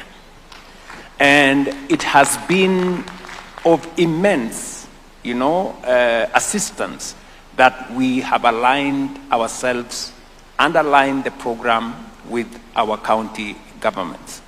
And secondly, on the issue of infrastructure, because part of what we put into legislation is that apart from building the houses, water, sewage, roads that make it possible for citizens to access this affordable housing is part of the development of the housing.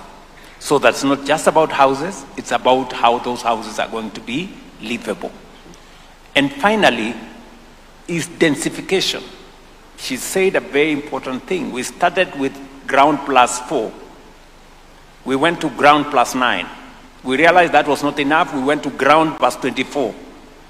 We are now getting even higher because you cannot continue to have what she called sprawling cities because land is finite. You can only have so much land. But populations are increasing, you need more land to produce food, and less land for housing. So you need to go vertical. And I think that is what we have learned in the short time we were here. I remember with my team, led by Alice and my good friend Charles, we had to rethink and redesign the whole thing because we realized that it wasn't tenable for us to do ground plus 4 for especially big cities because land is finite and it's expensive. Thank you so much, Your Excellency. And now that you're talking about county governments, recently we witnessed the signing of a new partnership agreement between the national government and the Nairobi City County government. This is not the first time such an arrangement has been pursued. We previously saw a similar model that led to the establishment of the Nairobi Metropolitan Services. This partnership has sparked an important debate. Some argue that such partnerships risk undermining the gains of devolution, while others contend that Nairobi, given its role as the nation's capital, economic hub, and diplomatic center, requires a unique governance approach. Mr. President, what distinguishes this new partnership from the previous arrangements? And most importantly, what tangible outcomes should Kenyans expect to see as a result of this new renewed collaboration? There's a world of a difference between the partnership under NMS and the partnership we have today with the county government of Nairobi. Under the previous arrangement, it was a transfer of functions. We are not undertaking any transfer of functions. We are working in partnership with the Nairobi City County because Nairobi City County is also the capital city of the Republic of Kenya.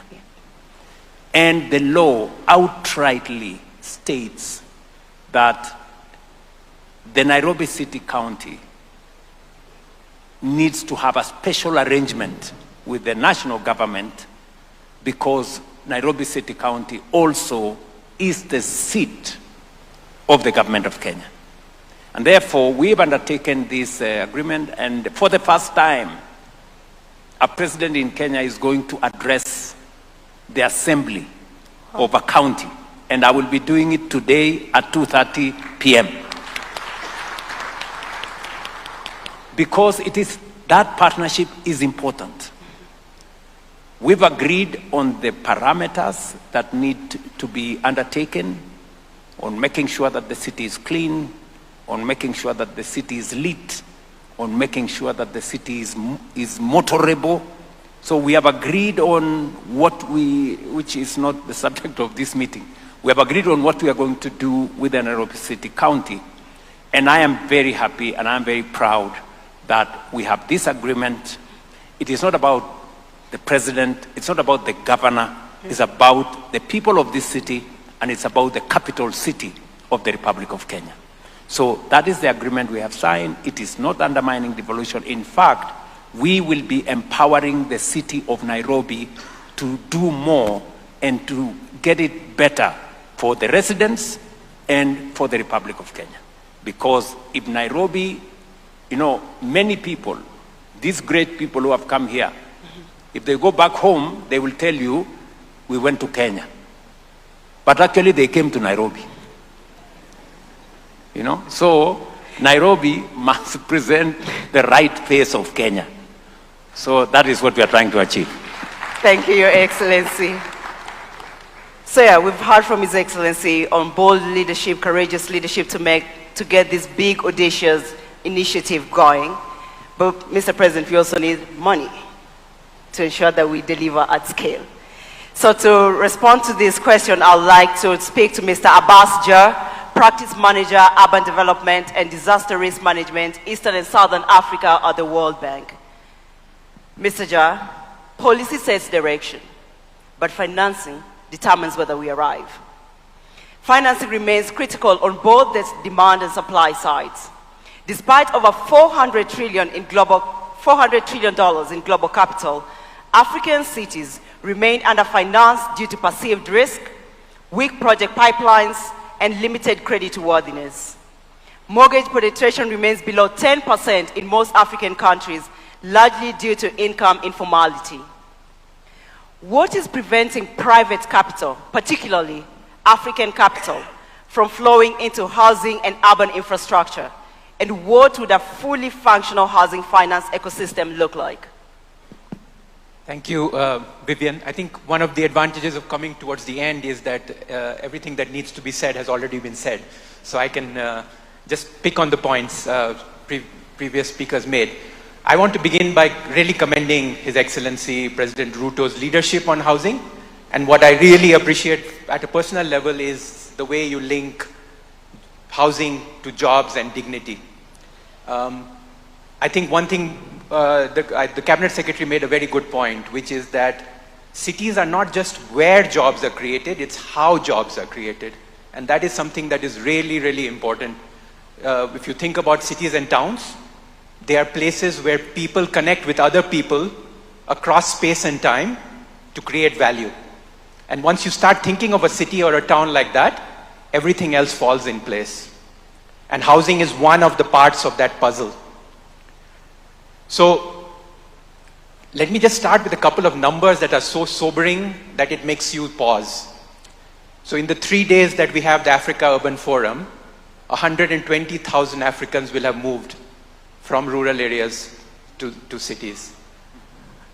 If we don't get this housing part right, 12 million Africans will live in informal settlements in precisely the substandard existence that the President mentioned, with the lack of dignity, with the lack of basic services. So we have to get this right. We cannot afford to not get it right. To come to your question, Vivian, what will it take? I think it will take 3 things. And the President has already mentioned a few of those. First, fix the land, fix the street, fix the sewage and the water before you put the housing in. That is super critical. And we have examples in Kenya, Dandora, we have examples in Angola, we have examples in Cote d'Ivoire of sites and services, which precisely does this. You put in the trunk infrastructure before the housing is built, so that you ensure that the private sector can come in a meaningful way. That's number one. But second is that often we think of the housing finance market as one market. It's actually 5 markets. If you think about it, when you start from the bottom, say the bottom 20%, they cannot afford a mortgage. They'll never be able to afford a mortgage. Then you have to think about things like targeted subsidies, sites and services, things like that. When you look at the middle of the market, there are things like, for example, 70% of housing in Africa is self-financed and incrementally. So people don't build a house at one go, they'll build step by step. So you need to match the finance with that and with their ability to pay. And then at the top of the market, you have the mortgages. And then there are things that you can do to improve the functioning of that market. But always remember that the housing finance market is actually several markets, and you need instruments for each of those markets. And the third point that I would say to get private capital in is something that Anna Claudia also mentioned, is that you need to link transport corridors, density, flood zones. You need to demarcate which parts of the towns and the cities are no-build zones so that the poor don't settle in these hazardous places. And by the way, now high-resolution satellite imagery gives us the ability to pinpoint precisely which are the areas that are going to flood, which should not be built up. I live in Nairobi. I love the city, but we saw flooding last month due to the heavy rains. So there are parts of cities and towns that should not ever be built up, and you can use technology now to do that very cost effective. So I would say these are the three things we need to do. Thank you. Thank you so much, Mr. Abbas. Your Excellency, I would like to come to you on the same topic. So recently, we saw the launch of the National Infrastructure Fund, alongside a number of innovative financing mechanisms, such as the securitization of the fuel levy to support road infrastructure, and the sports levy financing flagship projects like Talanta Stadiums and the many stadiums that you're building across the country. Does this signal a deliberate shift towards more innovative financing models, moving beyond traditional reliance on debt and taxation, both of which have clear limits, we know that? And secondly, with the National Infrastructure Fund now in place, should Kenyans expect to see accelerated investment in critical urban infrastructure, particularly in areas such as clean water and sanitation, drainage and sewer systems, and universal access to electricity? Thank you very much. Allow me just to mention something that my friend from the World Bank has said, which is fundamental. And we've learned this in the process, that housing market is not one. It's in several, categories. Right at the bottom, we have social housing. These are people who cannot, they are actually the most, they need the houses the most, but they have the least ability. So you have to balance that. They need the houses the most, and yet they have the least ability to own the houses. So this is where, for example, for us as a government, we've done two things. Number one, we are building 20% of all these houses as social houses. We've made it deliberate that we have a category for social houses. Number two, we have also removed the requirement that you need a deposit to move into the house. Because sometimes if you introduce a deposit, it becomes very difficult for people in that category to access the houses. And number three, we have made their mortgage interest the lowest. We are actually subsidizing as government at 3%. Then the people in the affordable housing is at 6%. And then the people who can afford what we are calling the market houses is at 9%. So I agree with the World Bank representative here that we have to be sensitive to the market so that we do not, in the process, lock out the people who need the houses the most. One more thing on the subject he raised was how do we raise money? And that's the question you are asking me. Yeah. We can stretch taxes so far. We can stretch debt so far. For us in Kenya, we have said we will be very, very careful on matters to do with stretching taxes or stretching debt, because both have consequences. Yeah. And therefore, it requires government to think, outside the box and become more innovative. How do we leverage on instruments that can be used for the development of a nation that limits or that reduces our exposure to debt or pushing citizens for taxes? And we have discovered some of them. You know, we have assets that we can deploy in a better way. Let me give you an example. You've just mentioned there about a big stadium we have built. In fact, we are using what we call the sports fund, which is a fund that has been there now, I think, for 10, 15 years. For 10, 15 years, this fund has not achieved much, except do a gate somewhere, do cabro someplace, you know, a small thing somewhere. What we have done is that we have turned that fund into using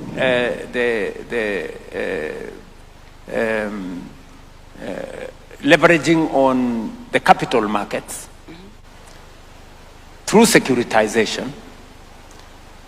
That fund is now building for us the largest stadium in Nairobi, which is going to host AFCON next year, about $300 million. And another almost $200 million to build another 20 stadia across Kenya.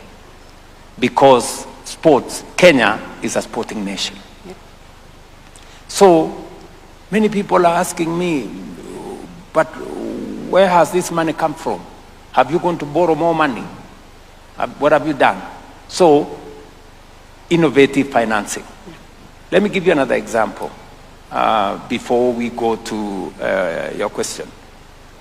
We are building another huge conference facility. In fact, the next time these good people come to Kenya from August this year, they will be having this session, or whatever session they will be coming, in Bomas of Kenya. We are building another close to 350 million conference facility. Again, we haven't borrowed any money from nobody. We've used our own instruments that have always been there. The tourism levy, which has been there now for 20 years. And if you ask, what has this tourism levy done in 20 years? Nobody can point to any meaningful thing that it has done. Today, we are completing a $350 million conference facility that is going to, using the private sector, we're going to have 1,500 bed, 3 hotels, 5-star, you know. So this is innovation. It's not, we are not adding any more taxes. We're not borrowing any more money. We're just leveraging on the assets that we have.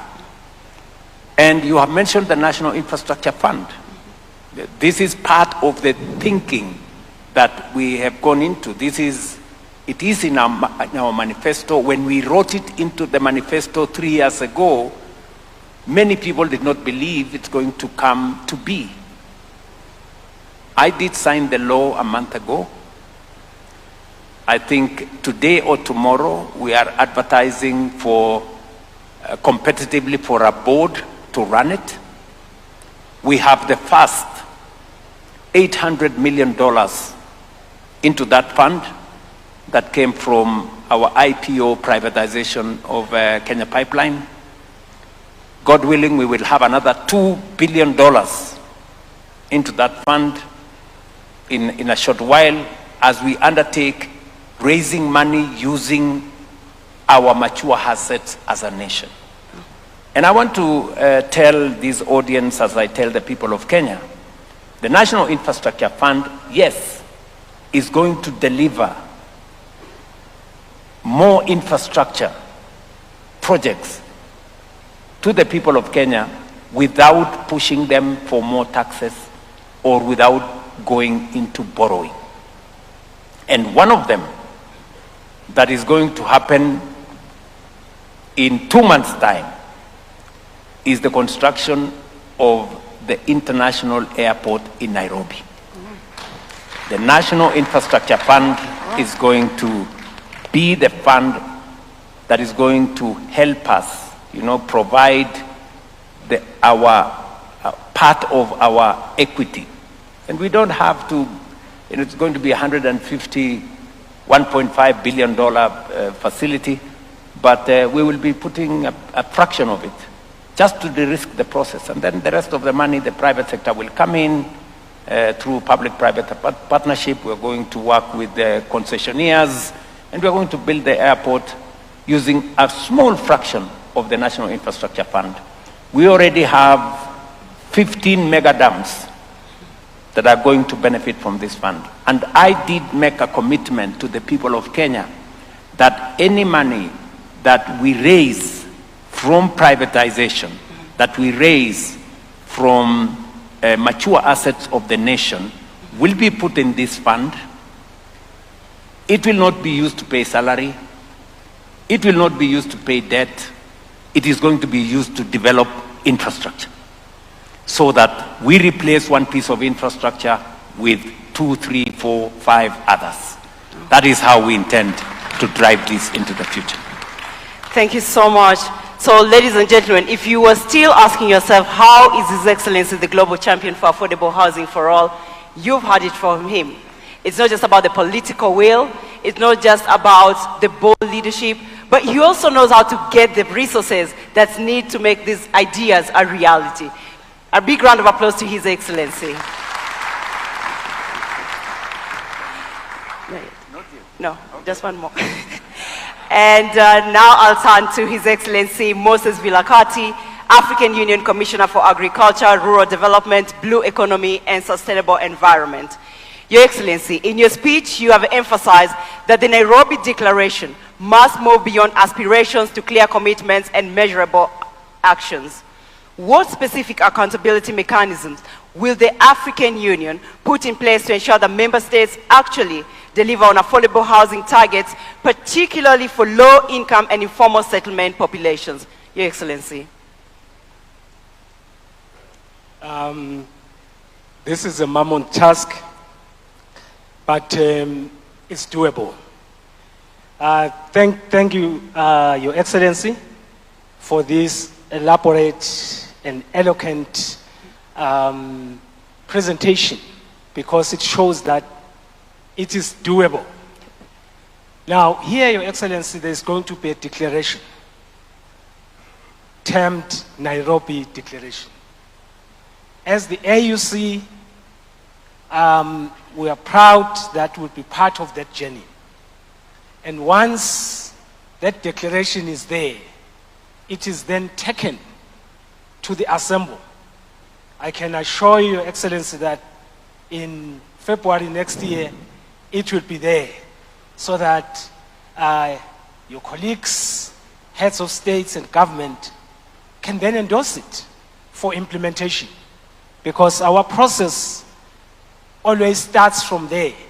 That heads of states, governments have seen the document, they've looked at it, they edit it, they delete certain things, they add other things, because that is how it's supposed to be. And then after that, then we unpack it to come up with what are called action plans that obtains from the declaration. So that's why it is very key that we have things that can be actionable for purposes of moving forward.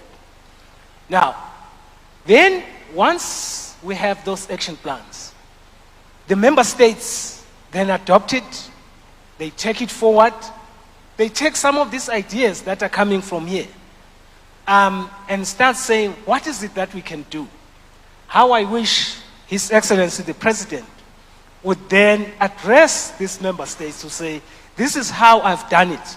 Yep. This is how I've changed slums. As the champion, I think we'll have to try and see how he comes into that program so that he can be able to elaborate, because hearing from somebody who has done it is like seeing, and I'm sure other countries can then take it from there. So that is then the actionable plans.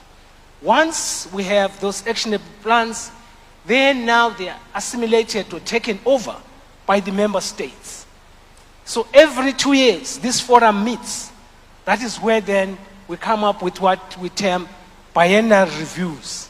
Because now we have to say, this is where we were. Where are you in as far as this process of ensuring that We no longer have slums. We have resilient infrastructure. We have got water for our cities. So that is what the AUC is good at, because the AUC has a convening power which can bring all of these under one roof. But there's one thing. The heads of states, including His Excellency, have told us clearly, you cannot force us. You just have to make sure that we take it forward so that each member state can decide. But then with the biennial review, you are then able to measure and assess who is able to move forward, who can do it. But the second aspect is the one related to financing. But it's exciting with what His Excellency is coming up with. Use your own resources. Gone are the days when we'll be looking outside of our borders due to the geopolitics that is obtaining, and I like this model that he has applied, because now we can talk about financing from internal resources, because they are there in the pension funds, in whatever, in the financial institutions, in the private sector, to make sure that we can move forward. Those are some of the things that we'll then be able to measure so that we can start seeing who is moving forward and who is not moving forward. We usually then come up with awards so that as the countries exchange ideas, we now look at those who are moving even better, including the cities. Those are some of the things that we now need to put into the review mechanism so that countries are accountable. I present, Your Excellency. Thank you so much, Your Excellency. Mr. President, I feel like more work is being added to you to continue being a continental voice and champion, and also showcasing Kenya's model to other member states so that they can learn from the great work that you're doing here in the country. Your Excellency, my next question is actually my favorite question. I'll be very honest with you. You have been a strong champion for youth inclusion and consistently advocated for the meaningful participation of young people across your administration. Today we have young people in this room and many joining us virtually. What urban future must we build for our young people, and what role must they play in shaping it? You know, it's a very important question. You've said it, and I share in your perspective that we have a youthful population in our continent, and of course in Kenya. And whatever it is that we are doing, they must be front and center of it. Housing is about young people.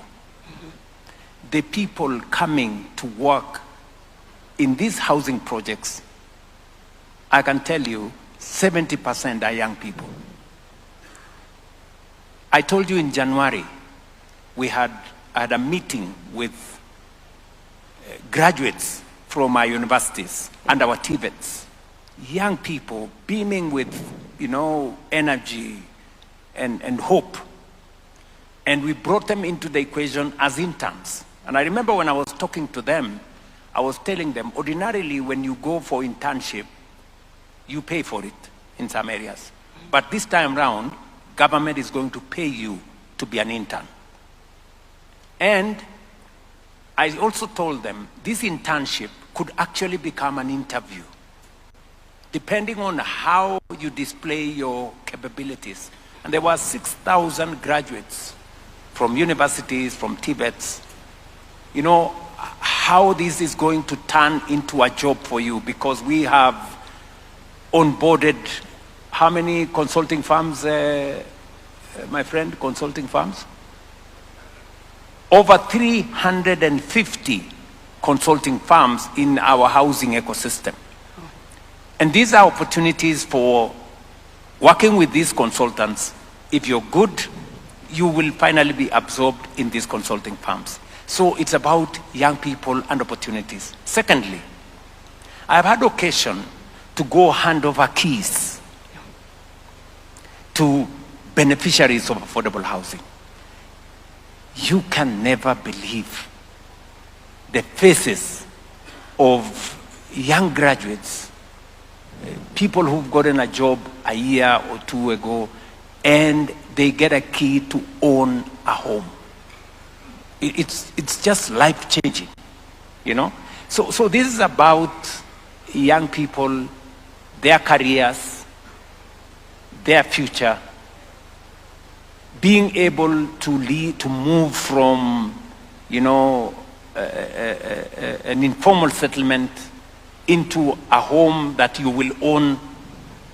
And we are also making it easier for young people to own these houses. In fact, we will be going back to Parliament to fine-tune the law so that we can reduce the bar for young people to own houses. So this is a whole of society approach. Finally, let me say this, as a leader and as a policy maker, it carries a lot of momentum if the people come along, if the people understand. So even as we make the case, I am very happy that it may have been difficult initially, but today I will give you 2 examples. A week ago, we have a big market, possibly the largest market in Kenya, in a place called KICC. I think there are close to 200,000 people in that market every week there, selling, buying, and doing stuff. People from different parts of Kenya come to that market to buy for them to go and sell in other markets. And we wanted to transform KICC. In fact, the leadership of that market came to see me. And I had a good conversation with them, and we told them, look, and they told me, Mr. President, we are trading in filth. If it rains, you have to put on gumboots. If it rains, nobody shows up because nobody wants to come into a place where the river has overflown, come with sewage, and flooded the trading space. So, first things first, we said we are going to fix the river. Then when I had a conversation with them, I told them we're going to fix the market because this is an informal market. So we did the designs, we worked with the county government, we worked with the leadership of the market, and they told us we're ready to move. We're going to leave this space for you to build for us. Voluntarily. Yeah? When the traders moved, entrepreneurs, people who are looking for money, moved in and said, oh no, we are the owners of this place, We told them, no, we know who the traders are, you get the hell out. So, you cannot believe this. So some people chasing popularity went and had a big meeting to say, oh, the government, why does the government want to remove these people? Blah, blah, blah. The traders themselves told those people, we decided that we are going to move because we want a modern market to be built for us. And by the way, we're going to build that market in a record 6 months. Wow. We will have a 3-floor market in that space. And those traders believe us because we have done it elsewhere. They have seen us build markets. And they believe us because we are redeeming them from filth and dirt and sewer. But those fellows who went there to try and tell them not to move, they don't even buy anything from that KICC. They go to Yaya Center. When they finish the meeting, they will not go and buy nothing from there. They will go to Yaya Center, they will go to Sarit Center, they will go to the modern markets, but they want these people to continue trading in filth. How stupid can that be? So, that's just an example of how citizens can be part of the transformation. They are the ones saying, no, we want the market built. We are the traders here, we are moving out to give room for government to do the market for us. I'll give you another example. Yesterday, in Nairobi, in Kibra, citizens, you know, we did the first phase of the first 4,000 housing units. We're now doing another 15,000 units, and citizens have to move to give room for us to build for them. Citizens were moving themselves. In fact, we had an accident yesterday. We lost 4 people because in the process of them pulling down their own, you know, structures, there was an accident. But what encouraged me is that the people themselves are pulling down the informal structures to live, so that to give room for us to build for them houses. In the past, they would be resisting that we do not want to move. That is how, when citizens come on board, things become even easier. And this time around, those fellows who went, the politicians who tried to go there, they didn't go to Kibra because they now realized that the conversation has changed, that the people now know what they want, and they will not entertain any cheap stories. I would encourage us, as we drive this, it is very important that we onboard citizens so that they can help us make the difficult decisions. Thank you very much. Thank you so much, Your Excellencies. Your Excellencies, distinguished guests, please give a big round of applause to His Excellency, Dr. William Samoei Ruto, and all our additional speakers. Africa does not lack ideas. Africa does not lack ambition. What we must now confront is delivery. Housing is not a sector. It is a system through which we build our economies and our future. If we get housing right, we unlock jobs, productivity, and dignity. We have heard today from leaders who are not only advancing this agenda through policy and political will, but also through financing and implementation.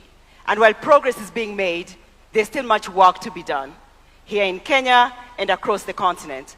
I would like to close with a powerful message delivered a few months ago by Your Excellency at the new Mukuru Housing Estate handover ceremony, and I quote, "Today, we are giving you keys, not just to open a door, not just to open a house, but to open a home, to welcome you into dignity, into a different life." And that is the commitment I made to the people of Kenya. End of quote. Ladies and gentlemen, that is what affordable housing is about. At its core, dignity for all. Please join me in giving a warm round of applause to His Excellency, President William Samoei Ruto, the President of the Republic of Kenya, for his bold and transformative leadership and for walking the talk when it comes to affordable housing for all. Asante sana, Mr. President. God bless Kenya. Thank you. Come on, ladies and gentlemen, let's put another warm clap for His Excellency, together with the moderator, Vivian Onano. As we take our seats with utmost respect and honor, Your Excellency, allow me to invite you to make whatever remarks you may make, and also to officially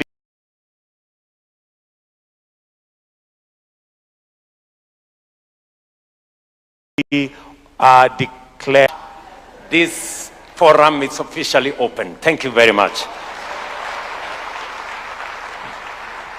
Your Excellency, so that you don't sit and come back, allow me to have you on stage. Let's take our seats briefly. There is also the launch of a report, and the AU would like to hand this over to you, so if we can have the booklets to kindly be brought forward. And as we do that, allow me to invite Ms. Anne-Claudia Rosbach and Moses Valkati to also be part of this session. If we can kindly have the booklets for AU to hand over to His Excellency the President before we proceed for a photo. The photo will be taken to my left, which is your right, shortly after this have been handed over.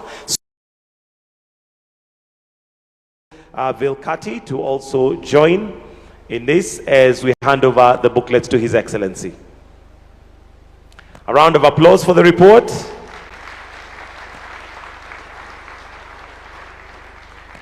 Then I'll request that you just yes, hold the copies. Wonderful, wonderful. If I can get a thumbs up once the photographers, we are done. I think we are good. Thank you very much, Your Excellency. Thank you, sir. Thank you, Your Excellency. You may retreat to your seat. I'll now request that we all be upstanding. We're going to wind up with a prayer, and the prayer is the national anthem, after which we're going to have a photo session, and it's one photo which will be taken right there. Only ministers and heads of delegation, kindly, and the rest of us will remain in our positions. For now, the national anthem.